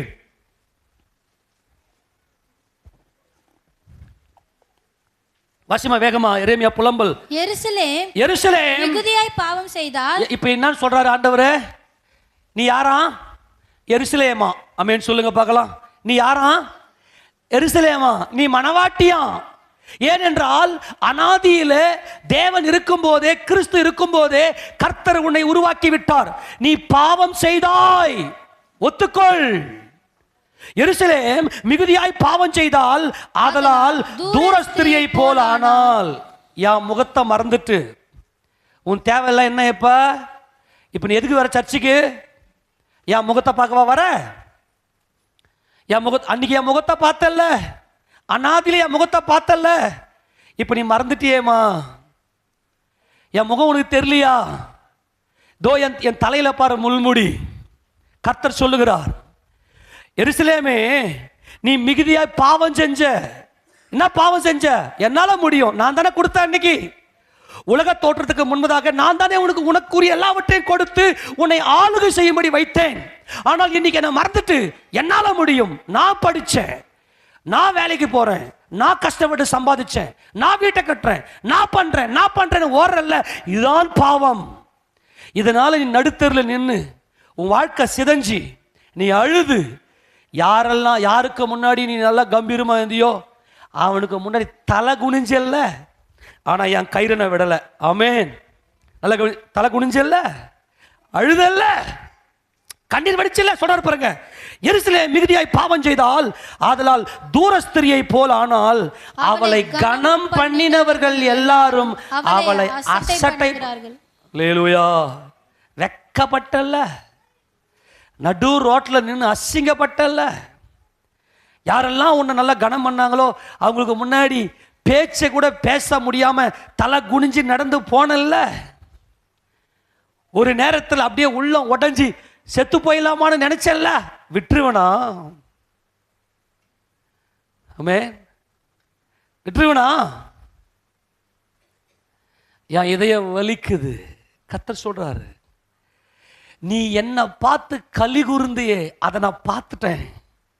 என் இதயமெல்லாம் நீ என்னை பார்க்க வேண்டும். நீ என்னை பார்த்து களி கூறுகிற அந்த இருதயம் எனக்கு வேண்டும். இப்போ நான் உன்னை உருவாக்கணுதோ நான் என்னன்னு சொல்லி உன் வாழ்க்கையை நீ அமைச்சுக்குவியா? உன் வாழ்க்கையை உன்னால முடியுமா? எதை நீ படைச்ச? எது உன்னுடையது? நான் இல்லாமல் ஆலோசனை பண்ணல. இதெல்லாம் வசனம், ஏகப்பட்ட வசனம் எதை கட்டினா நமக்கு டைம் இல்லை. என்னை இல்லாமல் ஆலோசனை பண்ணல. என்னை எல்லாம் ஆலோசனை பண்ணல. எங்க அப்பா என்ன சொல்றாரு, எங்க பெரியப்பா என்ன சொல்றாரு, என் மாமா என்ன சொல்றாரு, என் நண்பன் என்ன சொல்றான்னு ஓடனல்ல. யாருக்கு முன்னாடி நீ நல்லா இப்படி கம்பீரமா இருக்கணும்னு நினைச்சியோ அவன் காரி உன் மூஞ்சில துப்பன. எதுக்கு? உனக்கு புத்தி வரணும். நான் தான் உன் தேவன். அல்லேலூயா. உன் சிருஷ்டிகர்த்தர், உன் அஸ்திபாரம் நான் தான். அநாதி தேவனே உனக்கு அடைக்கலம், அவருடைய நித்திய புயங்கள் உனக்கு ஆதாரம். இதான் இஸ்ரவேலுக்கு கர்த்தர் சொல்ற, அநாதி தேவனே உன் அடைக்கலம். அநாதி தேவனே, தலைமுறை தலைமுறையாய் அவர் எங்கள் அடைக்கலமானவர். அவரின் அடைக்கலம், என் தஞ்சம், என் கோட்டை, நான் நம்பியிருக்கிறவர், என் துருகம், அவர் என் தேவன், என் அஸ்திபாரம், என் அடைக்கலம். என் அஸ்திபாரம், என் அஸ்திபாரம். நான் எங்கே உருவானேன்? அவருடைய கர்ப்பத்தில். அவர் அடிக்கப்பட்டாரே, அவருடைய கர்ப்பத்தில். அந்த அன்பு. இப்ப கர்த்தர் சொல்றாரு, நான் உன்னை கர்ப்பத்தில் சுமந்தேன். அந்த சுமந்த இரக்கம், காருண்யம். காருண்யம் என்பது உன் பாவத்தெல்லாம் பார்க்காது. காருண்யம் என்பது உன் பாவத்தெல்லாம் பார்க்காது. நல்லா கவனிங்க. இப்ப நீ அசட்டா பண்ணிட்டு தலை குனிஞ்சல்ல, நல்லா கவனி. இப்ப நான் உனக்காக வழக்காடுவேன். அல்லேலூயா. இப்ப நீ பாவம் செஞ்சுட்ட, தேவ நீதியின்படி நீ சாகணும் தான். பாவத்தின் சம்பளம், பாவத்தின் சம்பளம் மரணம் தான். நல்லா கவனி. இது மறுக்கவே முடியாது. ஆனால் கர்த்தர் சொல்றார், உனக்காக நான் வழக்காடுவேன். அல்லேலூயா. உனக்காக நான் என்ன வழக்காடுவேன்? என்ன வழக்காடுவேன்? என்ன?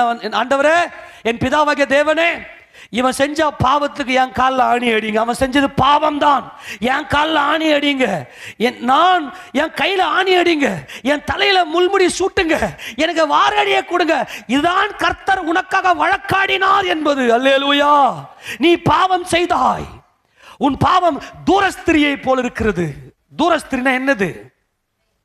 சகோதரிகளுக்கு ஏற்படுகிற அந்த 3 நாள் உதிரப்போக்கு. வேத நியாய பிரமாணத்தின்படி உதிரப்போக்கு தூக்கி தூர போட்டுடணும். அந்த துணியை தூக்கி தூர போட்டுடணும். அதுக்கெல்லாம் நிறைய சடங்காச்சாரலாம் உள்ள உண்டு. அது தூக்கி தூர. ஆனால் எனக்கு நீ அப்படிதான் இருந்த, நீ தூக்கி தூர போட்டிருக்கணும். நாங்கள் அனைவரும் தீட்டானவர்கள் போட்டுக்கொள்ளும் எங்கள் நீதிகள் அழுக்கான கந்தையை போல. அந்த அழுக்கான கந்தை என்பது தீட்டு துணி. அந்த நாட்டில் பயன்படுது. அது தூக்கி எப்படி தீட்டு துணி தூக்கி தூரம் போடுவாங்களோ அதே போல உன் பாவத்தின் நிமித்தம் நீ தூக்கி எறியப்பட்டிருக்க வேண்டும். நீ இல்லாமல் போயிருக்க வேண்டும். ஆனால் உனக்காக நான் வழக்காடுவேன். புலம்பலின் புத்தகம் 3வது அதிகாரம் 58வது வசனத்தை வாசிங்க பார்க்கலாம். ஆண்டவரே, ஆண்டவரே, என் ஆத்துமாவின் வழக்கை நடத்தி. கரங்களை உயர்த்தி எல்லாரும் இயேசு ராஜாவுக்கு ஒரு மகிமை செலுத்துவோமா? அல்லேலூயா. என் ஆண்டவர் என் ஆத்துமாவின் வழக்கை நடத்தினீர்.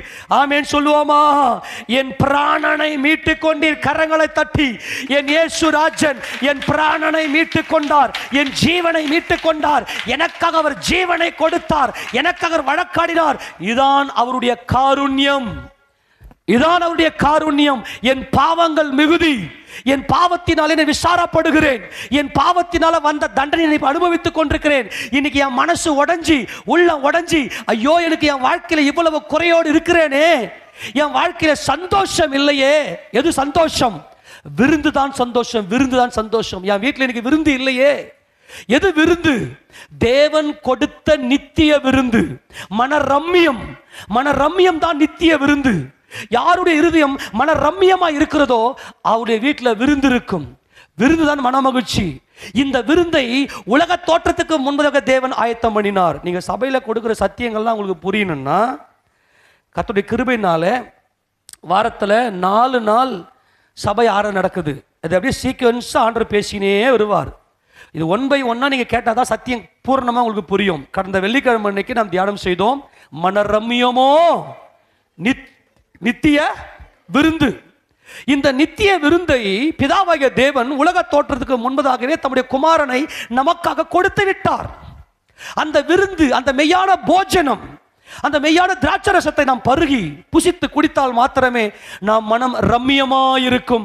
இயேசு ராஜாவை நம்முடைய இருதயத்தில் தரித்து கொண்டு அவரை நாம் முகமுகமாய் அவரை ஆராதிப்போம். இப்போ சொல்றேன், இன்னைக்கு நீ எவ்வளவு சொன்னாலும் மனதிரும்பாம ஓடலாம், ஆனா உன் கயிறு அவர் கையில் இருக்குது. ஆமென். உன்னை விடவே மாட்டார். அவர் எனக்காக வழக்காடி, அவர் எனக்காக சிலுவையிலே பலியாகி, எனக்காக அவர் 7 வார்த்தைகளை அவர் கல்வாரி சிலுவை தொங்கி பேசினார். தேவனே, பிதாவே, இவர்களுக்கு மன்னியும், தாங்கள் செய்கிறது இன்னதென்று அறியாதிருக்கிறார்களே. எனக்காக அவர் வழக்காடி அந்த கோர சிலுவையிலே அந்த அநாதி அன்பு, அவருடைய காருண்யம், அவருடைய காருண்யம். ஆதலால் நான் அனாதியிலே உன்னை பார்த்துட்டேன், அனாதியிலே உன் வாழ்க்கையை திட்டம் பண்ணி விட்டேன், அனாதியிலேயே உனக்காக யாவையும் செய்து முடித்து விட்டேன். therefore with everlasting love. அதான் சொல்றது. அந்த அந்த அந்த அனாதி, அந்த காருண்யம், அந்த காருண்யம் உன்னை பெரியவனாக்கும். அல்லேலூயா. இன்னைக்கு நீ உடைக்கப்பட்டிருக்கிறியா? இன்னைக்கு உடைக்கப்பட்டிருக்கிறியா? இன்னைக்கு வேதனையோடு இருக்கிறியா? அதுக்கு காரணம் உன் பாவம். நீ ஒத்துக்க. அதுக்கு காரணம் யாரு? உன் பாவம் நீ ஒத்துக்க. ஆனால் என் காருண்யம் உன்னை தேடி வந்து உன்னை பெரியவனாக்கும். அல்லேலூயா. எதெல்லாம் நீ தேவையா இருக்கிறியோ, எதற்காக நீ உடைக்கப்பட்டிருக்கிறியோ, அதற்காக நான் உனக்காக வழக்காடி உன் பிராணனை மீட்டுக்கொண்டு, உன் ஜீவனை மீட்டுக்கொண்டு உன்னை என் பிதாவினிடத்திலே கொண்டு போய் நிறுத்துவேன். காரணம், காருண்யம் என்பது தாயின் இரக்கம். தாயின் இரக்கம், இரக்கம். கவனிங்க, கவனிங்க. ஆதலால் என்னை இழுத்து கொண்டதுக்கு என்ன ஆண்டவரே காரணம்? நாம தான் உம்மை அறியாம ஓடனே, உமக்கு விரோதமாய் பேசினேனே, உம்மை தூஷித்தேனே, உம்மை தூஷித்தேனே, என் இருதயம் உம்மை தூஷித்ததே. அப்படி இருந்தும் ஏன் ஆண்டவரே என் உயிரை எடுக்காம என் உயிரை மீட்டு கொண்டீங்க? நான் உன்னை அனாதியிலேயே சிநேகித்து விட்டேன். நான் எப்படிடா உன்னை மறப்பேன்? எப்ராயிமே, உன்னை எப்படி தண்டிப்பேன்? உன்னை எப்படி நான் சோதமை போல் ஆக்குவேன்? உன்னை எப்படி நான் ஆத்மாவை போல் ஆக்குவேன்? என் இதயம் எனக்குள்ள பொங்குதுடா. என் இதயம் எனக்குள்ள ஏகமாய் பொங்குது, பரிதவிக்கிறது. அந்த வசந்த வாசிக்க பார்க்கலாம்.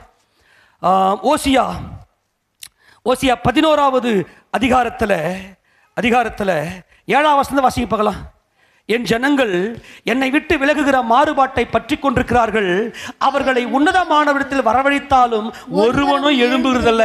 ஒருத்தனா வா அண்ணா வரமாட்டேங்கிறான். எல்லாம் கவனிங்களேன். எப்பா சர்ச்சுக்கு வாங்க, வேதம் வாசிங்க, பைபிள் ஸ்டடிக்கு வாங்க, நல்ல வேதத்தை ஆராய்ச்சி பண்ணுங்க, இந்த வேதம் தான் கர்த்தர், அவர் தான் இயேசு அப்படின்னு சொன்னா வரமாட்ட. உன்னை அடிக்கலான்னு பார்த்தா, உன்னை தண்டிக்கலான்னு பார்த்தா என் மனசு பொங்குதே. என் சமூகத்துக்கு வா அப்படின்னு கூட்டா வரமாட்டேங்கிற. என்னை அறிந்து கொள் அப்படின்னா உன்னை கர்த்தரை அறிந்து கொள்ள மாட்டேங்கிற. உலகத்தை ஒன்னா உத்து பார்க்கிற. இந்த உலகம் மாயப்பா. இதுவரைக்கும் உன்னை வாழ வைத்த என்னை நோக்கி பார். உன் ஜீவனில் நான் இருக்க வேண்டும் என்று விரும்புகிறேன். கூப்பிட்டா வரமாட்டேங்கிற. எப்ராயிமே, நான் உன்னை எப்படி கைவிடு? ஐயோ, உனக்கு புரிய மாட்டேங்குது. அந்த காலத்தில் வீழ்ந்து போய்க்கிற, பாவத்தில் வீழ்ந்து போயிருக்கிற. நான் கூப்பிடுற சத்தம் உனக்கு கேட்க மாட்டேங்குது. காலையில வந்து நீ என் சமூகத்தில் வந்து நின்று, என் தேவனே, பாகாலி, என் புருஷனே, என் மணவாளனே, என் ஆண்டவரே என்று சொல்லி நீ அழைப்பாய் என்று சொல்லி நீங்க இதெல்லாம் நீங்க பார்த்தீங்கன்னா பயங்கரமா இருக்கும். அவருடைய அன்பு, அவர் ஏங்குற ஏக்கம். துதிப்பேனை பார்த்தா நல்லா குரட்டை விட்டு தூங்கினுக்கிற. வருது கோபம், அடிக்கலான்னு உன்னை கைவிட்டலாம். ஆச்சு உன் கூட எத்தனை நேரம் பேசுறது, நீ மறந்துடவே மாட்டேங்கிறியே அப்படி விட்டு போயிடலான்னு பார்க்குற. அனாதி அன்பு என்னை தடுக்கிறது. அல்லேலூயா. நான் உன்னை உலகத்தோட்ட எதுவுமே இல்லடா, நீ இருந்தடா அம்மா, எதுவுமே இல்லடா, ஆனா நீ இருந்த, நீ என்னில் களி கூர்ந்தியே, என்னில் களி கூர்ந்தியே. அந்த மகிழ்ச்சி இப்ப எங்க? ஏன் ஆராதிக்க வர மாட்டேங்கிற? ஏன் உன் வீட்டில் ஜபம் இல்லை இன்னைக்கு? எப்படா உன்னை கைவிடுவேன்? நான் நினைக்கிறேன் அவர் பாவம், அவர் தான் பாவம். நான் எப்படா கைவிடுவேன்? எப்ராயிமே, எப்ராயிமே, நான் உன்னை எப்படி கைவிடுவேன்? இஸ்ரவேலே, நான் உன்னை எப்படி ஒப்பு கொடுப்பேன்? நான் உன்னை எப்படி ஆத்மாவை போலாக்குவேன்? உன்னை எப்படி செபோயிமை போல வைப்பேன்? யார் இது ஆத்மா செபோயிம்லாம்? சோதோம் கொமோராவின் பட்டணம். அப்படிப்பட்ட கொடுமையான பாவம் இன்னைக்கு உனக்குள்ள இருக்குது. உன் மாம்ச இச்சையில ஓடிக்கொண்டிருக்கிறாய். அதான் சொல்றீங்க, உன் மாம்சம் தான் உன்னை தடுக்குது. இன்னைக்கு உன் ஆத்மாவை என்னை தரித்துக்கொள்னா உன் இச்சையை தரித்துக் கொள்ளுகிறாய். கிறிஸ்து தரித்துக்கொள் என்றால் உன் அழகை தான் நீ ரசிக்கிற. கிறிஸ்துவின் அழகை ரசிக்க மறுக்கிறாய். உன்னை எப்படி நான் சோதோம் கொமோரை போல அழிப்பேன்? நான் உன்னை உலக தோற்றத்துக்கு முன்னே தெரிந்து கொண்டேன். என் இதயம் எனக்குள் குழம்புகிறது, என் பரிதாபங்கள் ஏகமாய் பொங்குகிறது.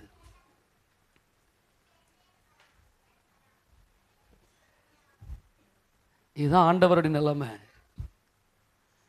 ஏதோ ஞாயிற்றுக்கிழமை சர்ச்சுக்கு வரணுமா, ஞாயிற்றுக்கிழமை சர்ச்சுக்கு வரலன்னா பக்கத்தில் இருக்கிறவங்களே கேட்பாங்க, என்ன ரொம்ப ஆரம்பத்தில் ரொம்ப குச்சின்னு ஓடினேன், இப்போ ஆலையே சர்ச்சுக்கே போக மாட்டேங்கிறேன்னு கேட்க. அதுவே ஒரு பெருமை. அதுக்காக அது சும்மா போய் கம்முன்னு உட்காந்து தூங்கி எழுந்துட்டு போகலாம், அப்படி தானே? உன் இதயம் அவர் செய்த நன்மைகளை நினைச்சு, அவர் உன் வாழ்க்கையில் இன்னைக்கு வரைக்கும் உன் வாழ்க்கையில் செய்த ஒவ்வொரு நன்மைகளும் அவருடைய காருண்யம், அவருடைய இரக்கம். ஏனென்றால் அவர் கர்ப்பத்திலே நீ உற்பத்தியானாய். உன்னை எப்படி கன்ஃபியூஸ், குழம்புது அவருக்கு. நீ உன் துணிகரங்கள்லாம், உன்னுடைய கடின இருதயத்தெல்லாம் பார்க்கும்போது அவருடைய நீதியின்படி வருது கோபம். அப்படியே கிட்ட வரும்போது எப்படா உன்னை நான் கைவிடுவேன்? எவ்வளோ பெரிய ஒரு பயங்கரம்ல அவருக்கு. அசிங்கமாக வார்த்தை பேசுகிறீங்க, இந்த பைபிள் எடுத்து வாசிக்க மாட்டேங்கிறீங்க. இதில் முழுக்க ஒரு அன்பு இருக்கிறது. நீங்கள் எல்லாம் இன்னைக்கு நேற்று உருவாகலாமா? ப்ளீஸ், உலக தோற்றத்துக்கு முன்னாடியே கற்பனை பண்ணுங்களேன். எனக்கு நானும் எப்போ ஆண்டவரை நான் உங்களை பார்த்தேன்றேன், பாவம் தடுக்குதுன்னு நினைக்கிறேன், எனக்கு தெரியல இல்லையா? ஆனால் அவருடைய அன்பை என் வாழ்க்கையில் நடத்தி கொண்டு வந்த ஒவ்வொரு அணுவும் உண்டானது ஒன்றும் அவரால் இல்லாமல். என் மூச்சு காத்து வரைக்கும் நான் அவரை பார்க்கணும். நான் மூச்சு காத்து வரனே, என் மூச்சு, என் பேச்சு, என் சிந்தை எல்லாமே அவர்தான் கொடுக்கிறார். இது வரைக்கும் எனக்கு சாப்பாடு கொடுத்தார், எனக்கு உடல் பலனை கொடுத்தார், எனக்கு எல்லாவற்றையும் கொடுத்தது அவரை நோக்கி பார்த்து என் மூச்சு காத்து வரனே, அது கூட உங்க இரக்கம், உடைய காருண்யம் ஆண்டவரே, உடைய இரக்கம். ஹல்லேலூயா. என் மூச்சு நீரையா, என் பேச்சு நீரையா, வேறொரு எண்ணம் இல்லை, சிந்தனையில் நீர். அந்த சிந்தையே அவரா வரணும்னு அவர் விரும்புகிறார். எவ்வளவு தரம் ஆண்டவர் உன்னை கூப்பிட்டாலும் அப்படி சத்தத்துக்கு அசட்டை பண்ணிட்டு நீ போற. ஆனா கர்த்தர் சொல்றார், இப்ப என்ன தேவை உனக்கு என்ன தேவை? கவனிங்க, என் உக்கிர கோபத்தின்படியே செய்ய மாட்டேன். இதாங்க அவருடைய இரக்கம், அவருடைய காருண்யம். அவருடைய காருண்யம் தெரியுமா? நான் செய்ய மாட்டேன். என் கோபத்தின்படி உன்னை வெட்டி உன்னை கண்டந்துரம் எடுத்து தூர போட்டுடணும். அதுதான் மரணம்னா உருவே தெரியாம உன்னை கொலைக்கிறது தான் மரணம். ஆனால் என் உக்கிர கோபத்தின்படி செய்ய மாட்டேன். எப்ராயிமை அழிக்கும்படி நான் திரும்ப மாட்டேன். ஏனென்றால் நான் மனுஷன் அல்ல, நான் தேவனாயிருக்கிறேன். நான் உன் நடுவில் உள்ள பரிசுத்தர். கரங்களை தட்டி மகிழ்ச்சி செலுத்துவோமா? ஆகையால் பட்டணத்துக்கு விரோதமாய் நான் வரேன். எருசலேமே, சீயோனே, உனக்கு விரோதமாய் நான் வரேன். நான் மனுஷன் அல்ல பழி வாங்கிறதுக்கு, நான் மனுஷன் அல்ல மாறுறதுக்கு, நான் மனுஷன் எல்லாம் மறக்கிறதுக்கு. நான் தேவன். என் ஆவியில நீ களி கூர்ந்திய உலக தோற்றத்துக்கு முன்னாடி அதை நான் பார்த்து அதை அனுபவிச்ச வேண்டாம். எனக்கு மறுபடியும் அது எனக்கு வேணும். எங்க ஆண்டவரே, லைட்டா ஒரு சின்ன பாவத்தை பத்தி பேசினாவே எப்போ பார்த்தாலும் மருந்து இல்லையா, மருந்து வருது ஓடு. ஒரு தாயை பார்த்துட்டு இந்த குழந்தை ஓடுமே. ஐயோ இந்த அம்மா எப்போ பார்த்தாலும் கசப்பையே ஊற்றுது. கசப்பு தான் உனக்கு ஜீவன். இன்னைக்கு நிறைய பேர் நல்லா உடம்புல ஸ்வீட்டை ஏற்றிக்கினாங்க இல்லையா, ஸ்வீட்டை ஏற்றிக்கினாங்க. அதுக்கு என்ன காரணம்? அறுசுவை உள்ள கரெக்டாக கொண்டு போகல. அறுசுவை உள்ளே போகணும். பாகற்காயெல்லாம் அப்போ சேர்த்துக்கணும், வாரத்தில் 2 முறையாவது. அதெல்லாம் நமக்கு இல்லை. அறுசுவை கசப்பை நம்மால் ஒத்துக்கே நல்லா ஸ்வீட்டை ஏற்றிக்கின்னு நடக்க வர்றாங்க. இப்போ எல்லாம் நடங்க நடங்க நடங்கன்னு. இன்றைக்கும் அப்படி தான் இருக்குது இல்லையா. நான் உன் நடுவில் நான் பரிசுத்தராக இருக்கிறேன், நான் உன்னை தண்டிக்க உனக்கு விரோதமாக நான் வரமாட்டேன். அல்லேலூயா. என்ன செய்வேன்? என் காருண்யங்கள் உன்னை பெரியவனாக்கிடும். இன்னைக்கு நீ அசிங்கப்பட்டு வேதனைப்பட்டு இருக்கிற இல்லையா, இன்னைக்கு வரைக்கும் நீ உயிரோடு இருக்கிறதுக்கு காரணம் பாவத்தின் சம்பளம் மரணம். உனக்கு மரணம் வந்திருக்கணும். ஆனால் என்னுடைய பரிதாபங்கள் ஏகமாய் பொங்குது அப்படின்னு அர்த்தம். இந்த முழு ஜீவனம் வந்து அப்படியே கண் முன்னாடி வந்து நிற்குது. உலக தோற்றத்துக்கு முன்னாடியே நீ கலிகூர்ந்தாயே, என்னில் கலிகூர்ந்தாயே, என்னை தரித்து கொண்டாயே, அதை நினைத்து அப்படியே நான் இறங்கிடுறேன். எடுத்து வாசிங்க பார்க்கலாம். 25ஆம் சங்கீதத்தில் கொஞ்சம் வேகமாக வாங்க. 25ஆம் சங்கீதத்தில் அதுல 6ஆம் வசனமா எடுத்து வாசிங்க பார்க்கலாம். அந்த வசனத்துல கர்த்தாவே உம்முடைய இரக்கங்களையும் உம்முடைய காருண்யங்களையும் நினைத்தருளும், அவைகள் அநாதி காலம் முதல் இருக்கிறதே. எல்லாம் கவனிங்க. இப்ப நான் பேசின வார்த்தைகள் எல்லாம் இந்த ஒரே வசனத்துல அடக்கி இருக்கிறார் தேவன். உம்முடைய இரக்கங்கள், கர்த்தாவே உம்முடைய இரக்கங்களையும், ஒன்னு இரக்கம் வந்துருச்சு, அப்புறம் உம்முடைய காருண்யம் வந்துருச்சு, அப்புறம் அநாதி வந்துருச்சு. கவனிங்களேன். அப்போ காருண்யம் தான் இரக்கம் அப்படின்னு நான் சொல்றேன். அதான் வசனம் இருக்குது இல்லையா. கேசேத் அதான் காருண்யம் இல்லையா. ஆனா இந்த இடத்துல கவனிங்க, இது ரொம்ப முக்கியம். இந்த இடத்துல 6வது வசனத்துல கர்த்தாவே உம்முடைய இரக்கங்கள் அப்படின்னு இருக்கு இல்லையா. அந்த இரக்கங்கள் என்கின்ற அந்த இடத்துல அங்க சொல்லப்பட்டிருக்கிற பதம் என்ன தெரியுமா? கர்ப்பப்பை, கர்ப்பம். ஆமென். இன்னைக்கு என்னுடைய பாவங்கள் மன்னிக்கப்பட்டதுக்கு காரணம் என்ன தெரியுமா? என் இயேசு ராஜாவுடைய கர்ப்பம். என் பிதாவாகிய தேவன் கிறிஸ்துவுக்குள்ளாக என்னை சிருஷ்டித்தாரே, அதான் கர்ப்பம். என் தேவனே, நான் உமக்குள் உருவாக்கப்பட்டவன் அல்லவா. அநாதி தேவனே உனக்கு அடைக்கலம், அவருடைய நித்திய புயங்கள் உனக்கு ஆதாரம். என்னுடைய பேஸ் நீர் அல்லவா. உம்முடைய கர்ப்பத்தில் நான் உருவானனே, அதனால என் மேல் இரக்க வைங்க, என் பாவத்தை மன்னிங்க. ஏன்னா இந்த கர்ப்பத்தில் உருவாக்கப்பட்ட நான், அது உலக தோற்றத்துக்கு முன்பதாகவே அநாதி காலத்தினுடையது அல்லவா. இந்த ரகசியத்தை எப்படியா கண்டுபிடிச்சார் தாவீது?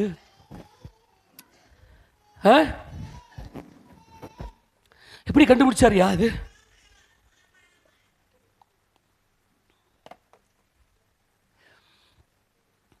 எத்தனை பேருக்கு பிரமிப்பா இருக்கு? நான் பிரமிக்கத்தக்க அதிசயமாய் எந்த வார்த்தை சொன்னாலும் அவருக்கு தான் போகுது. நான் பிரமிக்கத்தக்க அதிசயமாய் உண்டாக்கப்பட்டபடியால் உம்மை துதிப்பேன். ஆண்டவரே, நான் இப்ப அந்த வார்த்தையை போட்டு வாசிக்கிறேன். கர்த்தாவே உம்முடைய கர்ப்பங்களையும் உம்முடைய காருண்யங்களை நினைத்தருளும், அவைகள் அநாதி காலம் முதல் இருக்கிறதே. கவனிங்க, நாம் செஞ்ச பாவத்துக்கு நாம் மரித்திருக்க வேண்டும், ஆனால் மரிக்காமல் நிலைத்திருக்கிறோம், வாழுகிறோம், கர்த்தரை ஆராதிக்கிறோம். காரணம் அவருடைய கர்ப்பம். அந்த கர்ப்பத்திலே நம்மை சுமந்தார். கிறிஸ்துதான் என்னுடைய ஆதி, அவர்தான் என்னுடைய அஸ்திவாரம். அவர் என்னை எப்படி மறப்பார்? அவருடைய காருண்யங்கள், நீங்க எவ்வளவு துணிகரமான பாவம் செஞ்சோம், சபைக்குள்ள வந்து எவ்வளவு துணிகரமான பாவம் செஞ்சோம், நீ அழியலையே. உன் மனசாட்சியே உனக்கு குத்துதே, உன் மனசாட்சியே உன்னை சாகடிக்குதே. இப்படிப்பட்ட பாவத்தை செஞ்சு இப்ப நினைச்சு பார்த்தா ரொம்ப கேவலமா இருக்குதே. ஆனால் நீ சாகாம நீதிபரர் காத்தாரே, அது காரணம் கர்ப்பம், அவருடைய இரக்கம், அவருடைய காருண்யம். அவருடைய காருண்யம் என்ன தெரியுமா? அவருடைய காரணம் என்ன தெரியுமா? நீ வந்து என்ன ஆராதிக்கணும், உன் இருதயத்தில் என்னை நீ தரித்து கொள்ளணும். இப்போ நீ மாம்சத்தில் மாட்டிக்கின, உன் பாவத்தில் நீ என்னை விட்டு தூரம் போனாய், அதனால உனக்கு கண்ணீர், கவலை, வேதனை எல்லாம் வருது.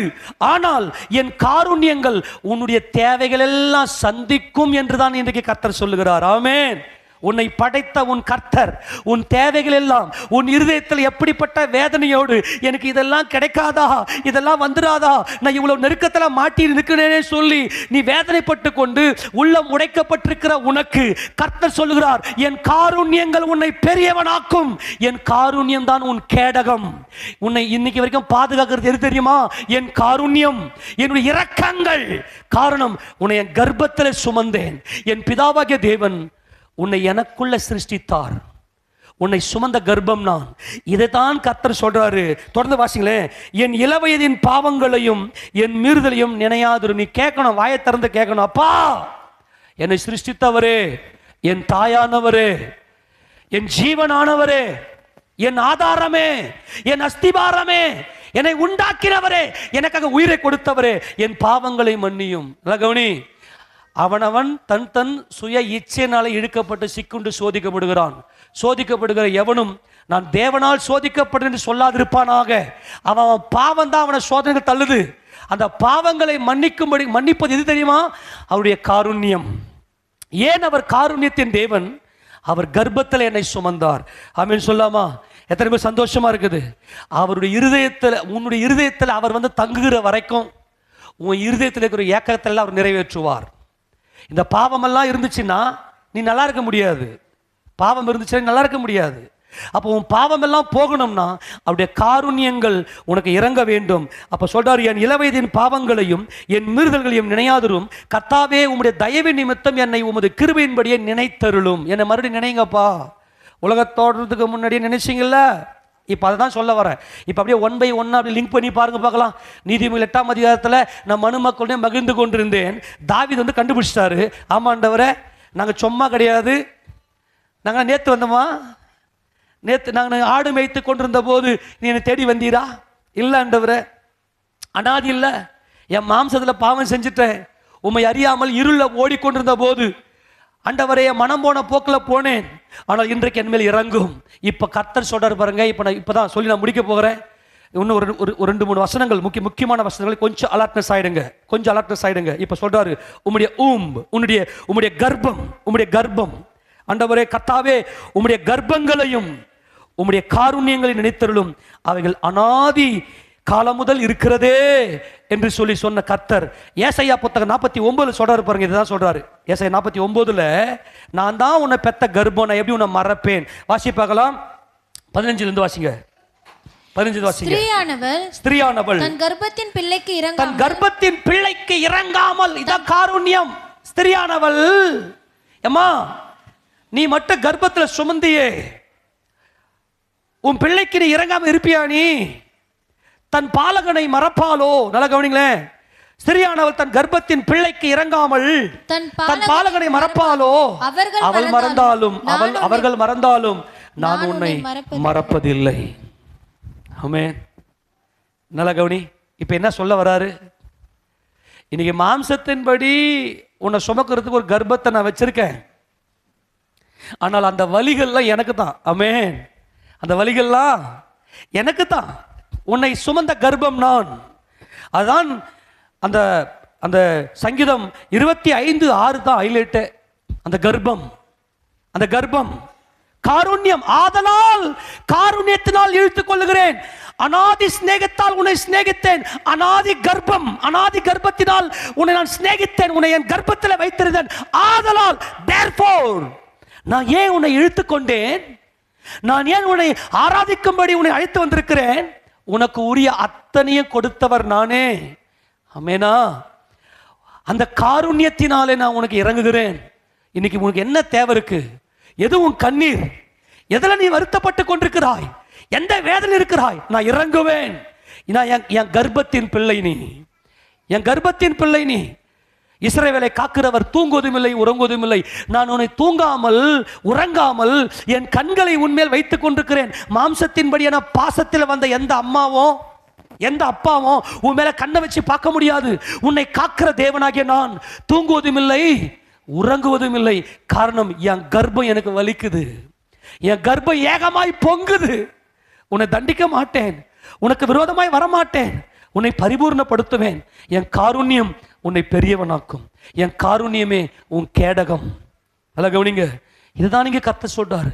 நல்லா கவனிங்களேன். வேதத்தில் எந்த வசனத்தை நீ எடுத்தாலும் 3 டைமென்ஷன் வரைக்கும் கண்டுபிடிச்சிட்டாங்க ஜீவிஷ் பீப்புள், 3 டைமென்ஷன். ஆனால் 4th டைமென்ஷன், 4வது பரிமாணம் என்பது அனாதி தேவனுடைய அந்த சிங்காசன மகிமை நமக்கு வெளிப்பட வேண்டும். அந்த புரிந்து கொள்தல் வந்தாதான் நாம் பரிபூர்ணப்பட்டு தேவனை முகமுகமாய் தரிசிக்க முடியும். இப்போ கர்த்தர் சொல்றாரு, நான் உன்னை கைவிடவே மாட்டேன், நான் உனக்கு இறங்கிட்டேன். யார் யாரெல்லாம் என்னென்ன தேவையோடு இருக்கிறீங்க எல்லாம் கவனிங்க. இப்போ நான் முடிக்கிறேன். இப்போ உண்மையிலேயே என் கர்த்தர் எனக்கு ஒரு ஸ்டேஜில் வந்து என்னை தேடி வந்து எனக்கு நன்மை செஞ்சார். அதுக்கு காரணம் அவருடைய அனாதி சிநேகம். எனக்கு நன்மை செய்தது அவருடைய காருண்யம் என்பதை நீ உணர்ந்தனா உரிமையோட உரிமையோட உரிமையோட உரிமையோட என் ஆதாரம் நீங்க ஆண்டவர், என் ஆதாரம் நீங்கப்பா, எனக்கு நீங்க செஞ்சுதான் ஆகணும். எனக்கு இதை நல்லா கவனிங்க. எனக்கு நான் இவ்வளவு வலிகளோடு இருக்கிற ஆண்டவரே, என் தேவை இவ்வளவா இருக்குது. நான் இன்னைக்கு கண்ணீர் வடிக்கிறதுக்கு காரணம் என் பாவம் தான். எனக்காக நீர் வழக்காடி விட்டீர், சிலுவையில் எனக்காக வழக்காடி விட்டீர், எனக்காக பரிந்து பேசி விட்டீர், எல்லாத்தையும் செய்து முடித்து விட்டீர். நான் ஏன் இன்னைக்கு கண்ணீரோடு இருக்கிறேன்?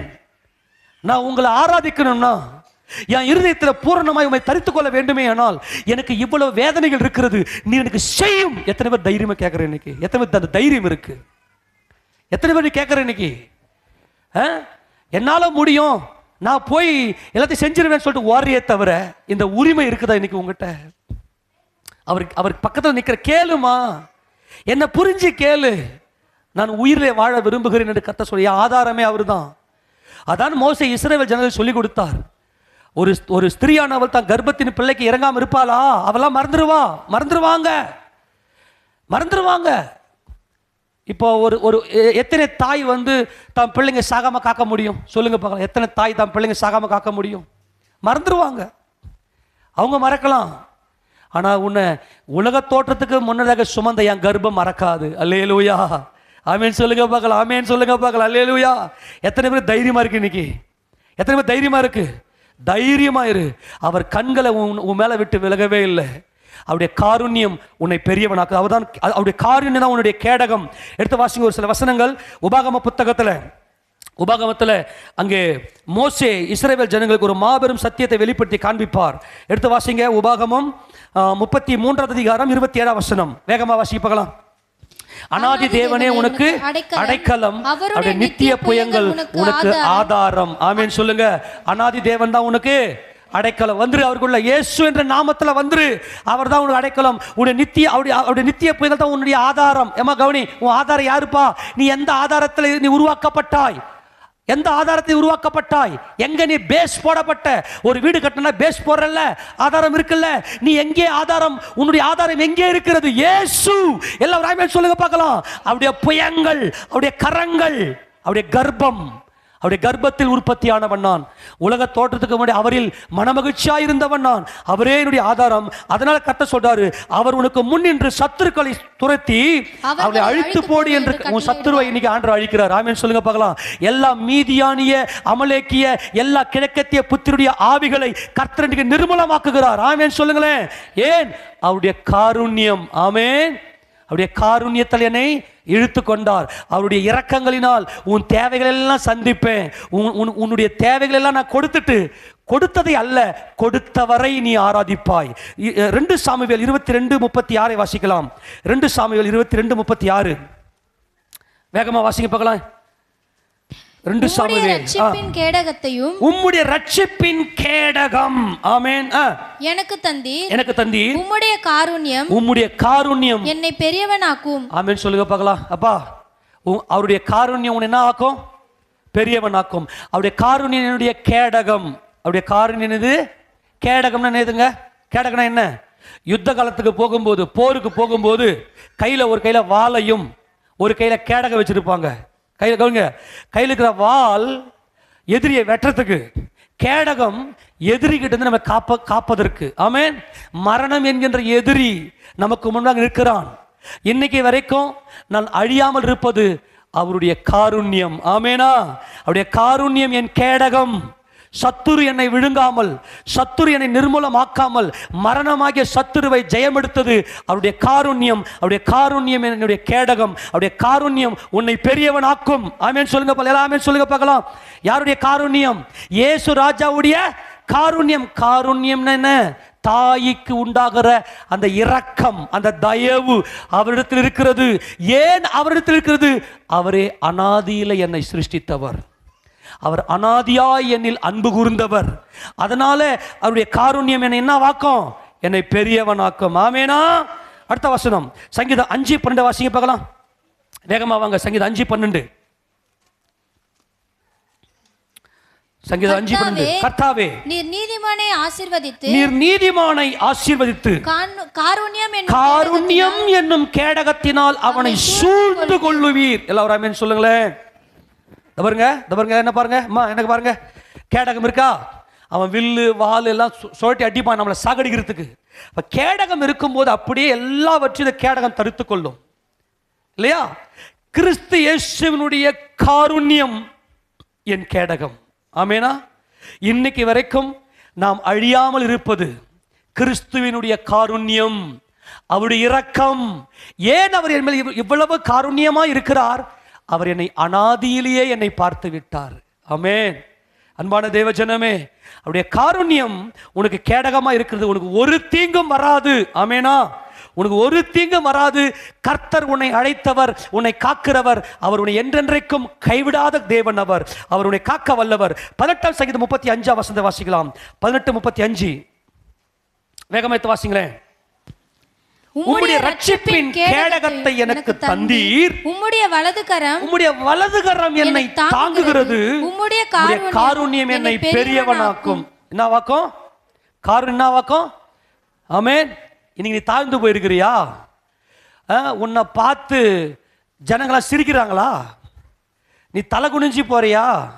எந்த இடத்துல நீ தலை குனிஞ்சியோ அவருடைய காருண்யம் உன்னை தலை நிமிரச் செய்யும். ஆமென். எப்படி? அவர் முகத்தை நீ பார்த்துட்டே இப்ப. ஆமேனா? அவரின் தரித்து கொண்டாய். உன் ஆத்துமாவில் உயிர் தேர்ந்த இயேசு ராஜாவுடைய வலதுகரம் ஜெயங்கொண்டவுடைய கரத்தை நீ பார்த்து விட்டாய். அவருடைய காருண்யம் உன்னை பெரியவனாக்கும். என்ன தேவைகள் இருந்தாலும், எந்த இடத்துல அவமானப்பட்டு, எந்த இடத்துல நிந்தையை அனுபவித்து, எங்கே எல்லாம் நீ அப்படியே அசிங்கப்பட்டு நீ போனையோ அதே இடத்துல உன் தலையை அவர் உயர்த்துவார். காரணம், நீ உன் ஆத்துமாவில் அவருடைய முகத்தை நீ நோக்கி பார்த்திருக்கிறாய். ஆமென். அனாதி தேவனாகிய இயேசு ராஜாவை நீ நோக்கி பார்த்தபடினாலே உன் தலையை அவர் உயர்த்த வல்லமையுடையவர். உன் பாவத்தினால் நீ அசிங்கப்பட்டு அவமானப்பட்டு நிந்தையை அனுபவிச்சு தூக்கி எறியப்பட்ட அதே இடத்துல உன் தலையை உயர்த்துகிற தேவன். வாசித்து முடிக்கலாம். 27 சங்கீதத்துல வாசிங்க பார்க்கலாம். 5 வாசிங்க பார்க்கலாம். 27 சங்கீதம். தீங்கு நாளில் அவர் என்னை தம்முடைய கூடாரத்தில் மறைத்து, இதுதான் கேடகம், என்னை தமது கூடார மறைவிலே ஒளித்து வைத்து என்னை கன்மலையின் மேல் உயர்த்துவார். கரங்களை உயர்த்தி ஆமென் சொல்லுங்க. ஏன்? அவருடைய காருண்யம் என்னை பெரியவனாக்கும். எல்லாம் சொல்லுங்க பார்க்கலாம். அவருடைய காருண்யம் என்னை. ஒரு தாயானவள் இறங்காம இருப்பாளா? அந்த தாயானவர் இயேசு ராஜாவாகிய என் தாயானவர் என் தலையை உயர்த்துகிறவர், என்னை கண்மலையின் மேல் உயர்த்துகிறவர். இப்பொழுது 6 வாசி. இப்பொழுது என் தலை என்னை சுற்றிலும் இருக்கிற என் சத்துருக்களுக்கு மேலாக உயர்த்தப்படும். அங்க என்ன பார்த்தோம்? புலம்பல்ல. உன் பாவத்தினால தலை குனிஞ்சு போறியா? தலை குனிஞ்சிங்களா? ஆமேனா? ஆமேனா? கர்த்தர் சொல்றாரு, என் காருண்யம் உன்னை பெரியவனாக்கும். ஆமேனா? என் சத்துருக்களுக்கு முன்பதாக என் தலை உயர்த்தப்படும். ஆமேன். எங்கெல்லாம் நீ வெக்கப்பட்டையோ, எங்கெல்லாம் நீ அசிங்கப்பட்டையோ அதே இடத்துல உன் தலையை நிமிரச் செய்கிற தேவன் அவர். கரங்களை தட்டி மகிழ்ச்சி செலுத்துவோமா? அதுக்கு காரணம் என்ன தெரியுமா? ஆதலால் காருண்யத்தினால் உன்னை இழுத்துக் கொள்ளுகிறேன். என் காருண்யம், என் இரக்கம், என் பரிதாபங்கள் உன் மேல பொங்குகிறது. நீ அசிங்கப்பட்டு வேதனைப்பட்டு உள்ளம் உடைஞ்சியே அதே இடத்துல உன் சத்துருக்களுக்கு முன்பதாக உன் தலையை நான் உயர்த்தி காட்டுவேன். காரணம், இன்னைக்கு அவர் முகத்தை நீ பார்த்து விட்டாய். இயேசு என்கின்ற அந்த மகிமையின் முகத்தை, பிதாவாகிய தேவனுடைய சிங்காசனத்தின் வலது பாசத்தில் உட்கார்ந்து இருக்கிற அந்த இயேசு ராஜாவை நீ முகமுகமாய் தரிசிக்கிறபடினாலே உன் தலையை அவர் உயர்த்துவார். அவருடைய காருண்யம் உன்னை பெரியவனாக்கும். ஆமென். அங்க சொல்றாரு பாருங்க தொடர்ந்து, அது நிமித்தம் அவருடைய கூடாரத்திலே நான் ஆனந்த பலிகளை இட்டு கர்த்தரை பாடி அவரை கீர்த்தனம் பண்ணுவேன். இப்ப வந்து கீர்த்தனம் பண்ணுவேன். ஆமெனா. அவர் அநாதி தேவன், அவருடைய காருண்யங்கள் என்னை பெரியவனாக்கி இருக்கிறது. அதனால நான் சபையில அவருடைய கூடாரத்துல வந்து கையை தட்டி பாடல் பாடி என் சகோதரர்களோடு கூட என் சகோதரிகளோடு கூட என் கர்த்தரை உயர்த்துவேன். காரணம் என்ன தெரியுமா? இப்ப ஃபைனலா முடிக்கிற இந்த அநாதி அன்பினுடைய நோக்கம் என்ன தெரியுமா? தொடர்ந்து வாசிங்களேன். கர்த்தாவே, நான் கூப்பிடுற சத்தத்தை நீர் கேட்டு எனக்கு இறங்கி எனக்கு உத்தரவு அருளி செய்யும், என் முகத்தை தேடுங்கள் என்று சொன்னீரே. இதுதாங்க கான்செப்ட். நான் முடிக்கிறேன், அவ்வளவுதான். உன் இதயம் இப்ப எதை தேடுது தெரியுமா? இந்த பூமியில வாழக்கூடிய ஒரு மாயையான வாழ்க்கைக்கு தேவையானவைகளையே தேடுது. ஆனால் அனாதியில உனக்கு எல்லாத்தையும் கொடுக்கிறவர் இனி கொடுக்க போகிறவர் நான் தான். என் முகத்தை பார். ஜெயம் எடுத்திருக்கிற மாம்சத்துல வெளிப்பட்டு உனக்காக யாவையும் செய்து முடித்து ஜெயம் எடுத்திருக்கிற என்னுடைய முகத்தை தேடு என்று கர்த்தர் நமக்கு சொன்னார். அவர் முகத்தை தேடுங்கள். இயேசுவின் முகத்தை தேடுங்கள். இயேசு கிறிஸ்துவின் முகத்தை தேடுங்கள். நல்லா கவனிங்க. கர்த்தாவே, என் முகத்தை தேடு நீங்க சொன்னீங்களேப்பா, உம்முடைய முகத்தையே சொல்லுங்க. உம்முடைய முகத்தையே சொல்லுங்க. உம்முடைய முகத்தையே. தாவீதை போல பாடுபட்டதை இந்த உலகத்துல யாருமே இருக்க மாட்டாங்க மனுஷங்களை சொல்ல நினைக்கிறேன். அவ்வளவு போராட்டம், அவ்வளவு வன்முறைகள் அவருடைய வாழ்க்கையில, அவ்வளவு நிந்தனைகள். ஆனால் எல்லாவற்றிலும் அவர் ஜெயம் எடுத்து ராஜாவாக அவர் தலையை நிமிர செய்ததுக்கு காரணம் தெரியுமா? தாவீது போராட்டத்தை பார்க்கல, நிந்தையை பார்க்கல, சூழ்நிலையை பார்க்கல, தன்னை படைத்த அநாதி தேவனுடைய முகத்தையே பார்த்து கொண்டிருந்தார். அவருடைய முகத்தையே பார்த்து கொண்டு எனக்கு ஒத்தாசை வரும் பர்வதத்தையே பார்த்து கொண்டிருந்தார். அந்த சீயோன் பர்வதத்தையே பார்த்து கொண்டிருந்தார். கர்த்தர் இன்னைக்கு வரைக்கும் உனக்கு ஒரு 5 கோடி ரூபாய் கொடுத்தா நீ சந்தோஷம் ஆயிடுவியா? ஒரு 5 கோடி ரூபாய் கொடுத்தா சந்தோஷம் ஆயிடுவீங்களா? பணம் இல்லைங்க, சந்தோஷம், மனம். அந்த மனதில் உன்னை படைத்தவரை நீ அறியாமல் இருக்கிற பாரு, அதான் மரணம். உன்னை சிருஷ்டித்தவரை, உன் ஆதாரமாகிய கர்த்தரை நீ அறியாமல் இருக்கிறியே, அதுதான் மரணம். அவருடைய முகத்தை தேடுங்க. எத்தனை கோடி இருந்தாலும், எத்தனை சொத்துக்கள் இருந்தாலும் அது உன் மனசுல சந்தோஷத்தை கொடுக்காது. கர்த்தர் உன்னை படைத்தவர் மட்டுமே உனக்கு சந்தோஷமாய் இருக்க முடியும். என் முகத்தை தேடுங்கன்னு சொல்லிட்டாரு. அவர் முகத்தை தேடுங்க. வேதத்தை ஆராய்ச்சி பண்ணுங்க. உட்காந்து நல்லா புசிங்க. தாவீது சொல்றாரு, என் தலையை என் சத்துருக்கள் மேலே எனக்கு உயர்த்திட்டீங்கப்பா, உடைய காருண்யம் என்னை பெரியவன் ஆக்கிருச்சு. காரணம் என்ன தெரியுமா? நான் உங்களையே தேடினேன், இந்த வேதத்தை ஆராய்ந்து பார்த்தேன். அவர் சொல்ற வேதத்தை ஆராய்ச்சி செய்தேன். இந்த வேதத்துக்காக நான் ஆவென்று என் வாயை திறந்திருந்தேன். அவ்வளவு மனமகிழ்ச்சி உம்முடைய வேதம். என் முகத்தை தேடுங்கள் என்று சொன்னீரே, உம்முடைய முகத்தையே தேடுவேன் கர்த்தாவே என்று என் இருதயம் உம்மிடத்தில் சொல்லிற்று. என்ன சொல்லிச்சான்?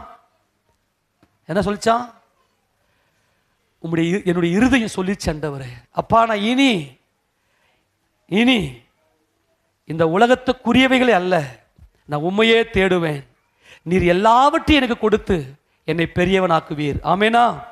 உங்களுக்கு எவ்வளவு தேவையா இருந்தாலும், எல்லாம் கவனிங்க, உனக்கு எவ்வளவு தேவையா இருந்தாலும் உன் ஆதாரம் ஆகிய உன்னுடைய கர்ப்பமாகிய உன் கர்த்தரை நோக்கி பார்த்து கையெடுத்துங்க.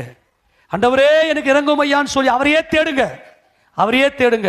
அவருடைய காருண்யம் உனக்கு எல்லாவற்றையும் கொடுத்து உன்னை பெரியவனாக்கும். ஆமேனா? நம்ம எல்லாரும் முழங்கால் படிடலாம். எல்லாருமாய் முழங்கால் படிட்டு, அன்பின் ஆண்டவரே, என்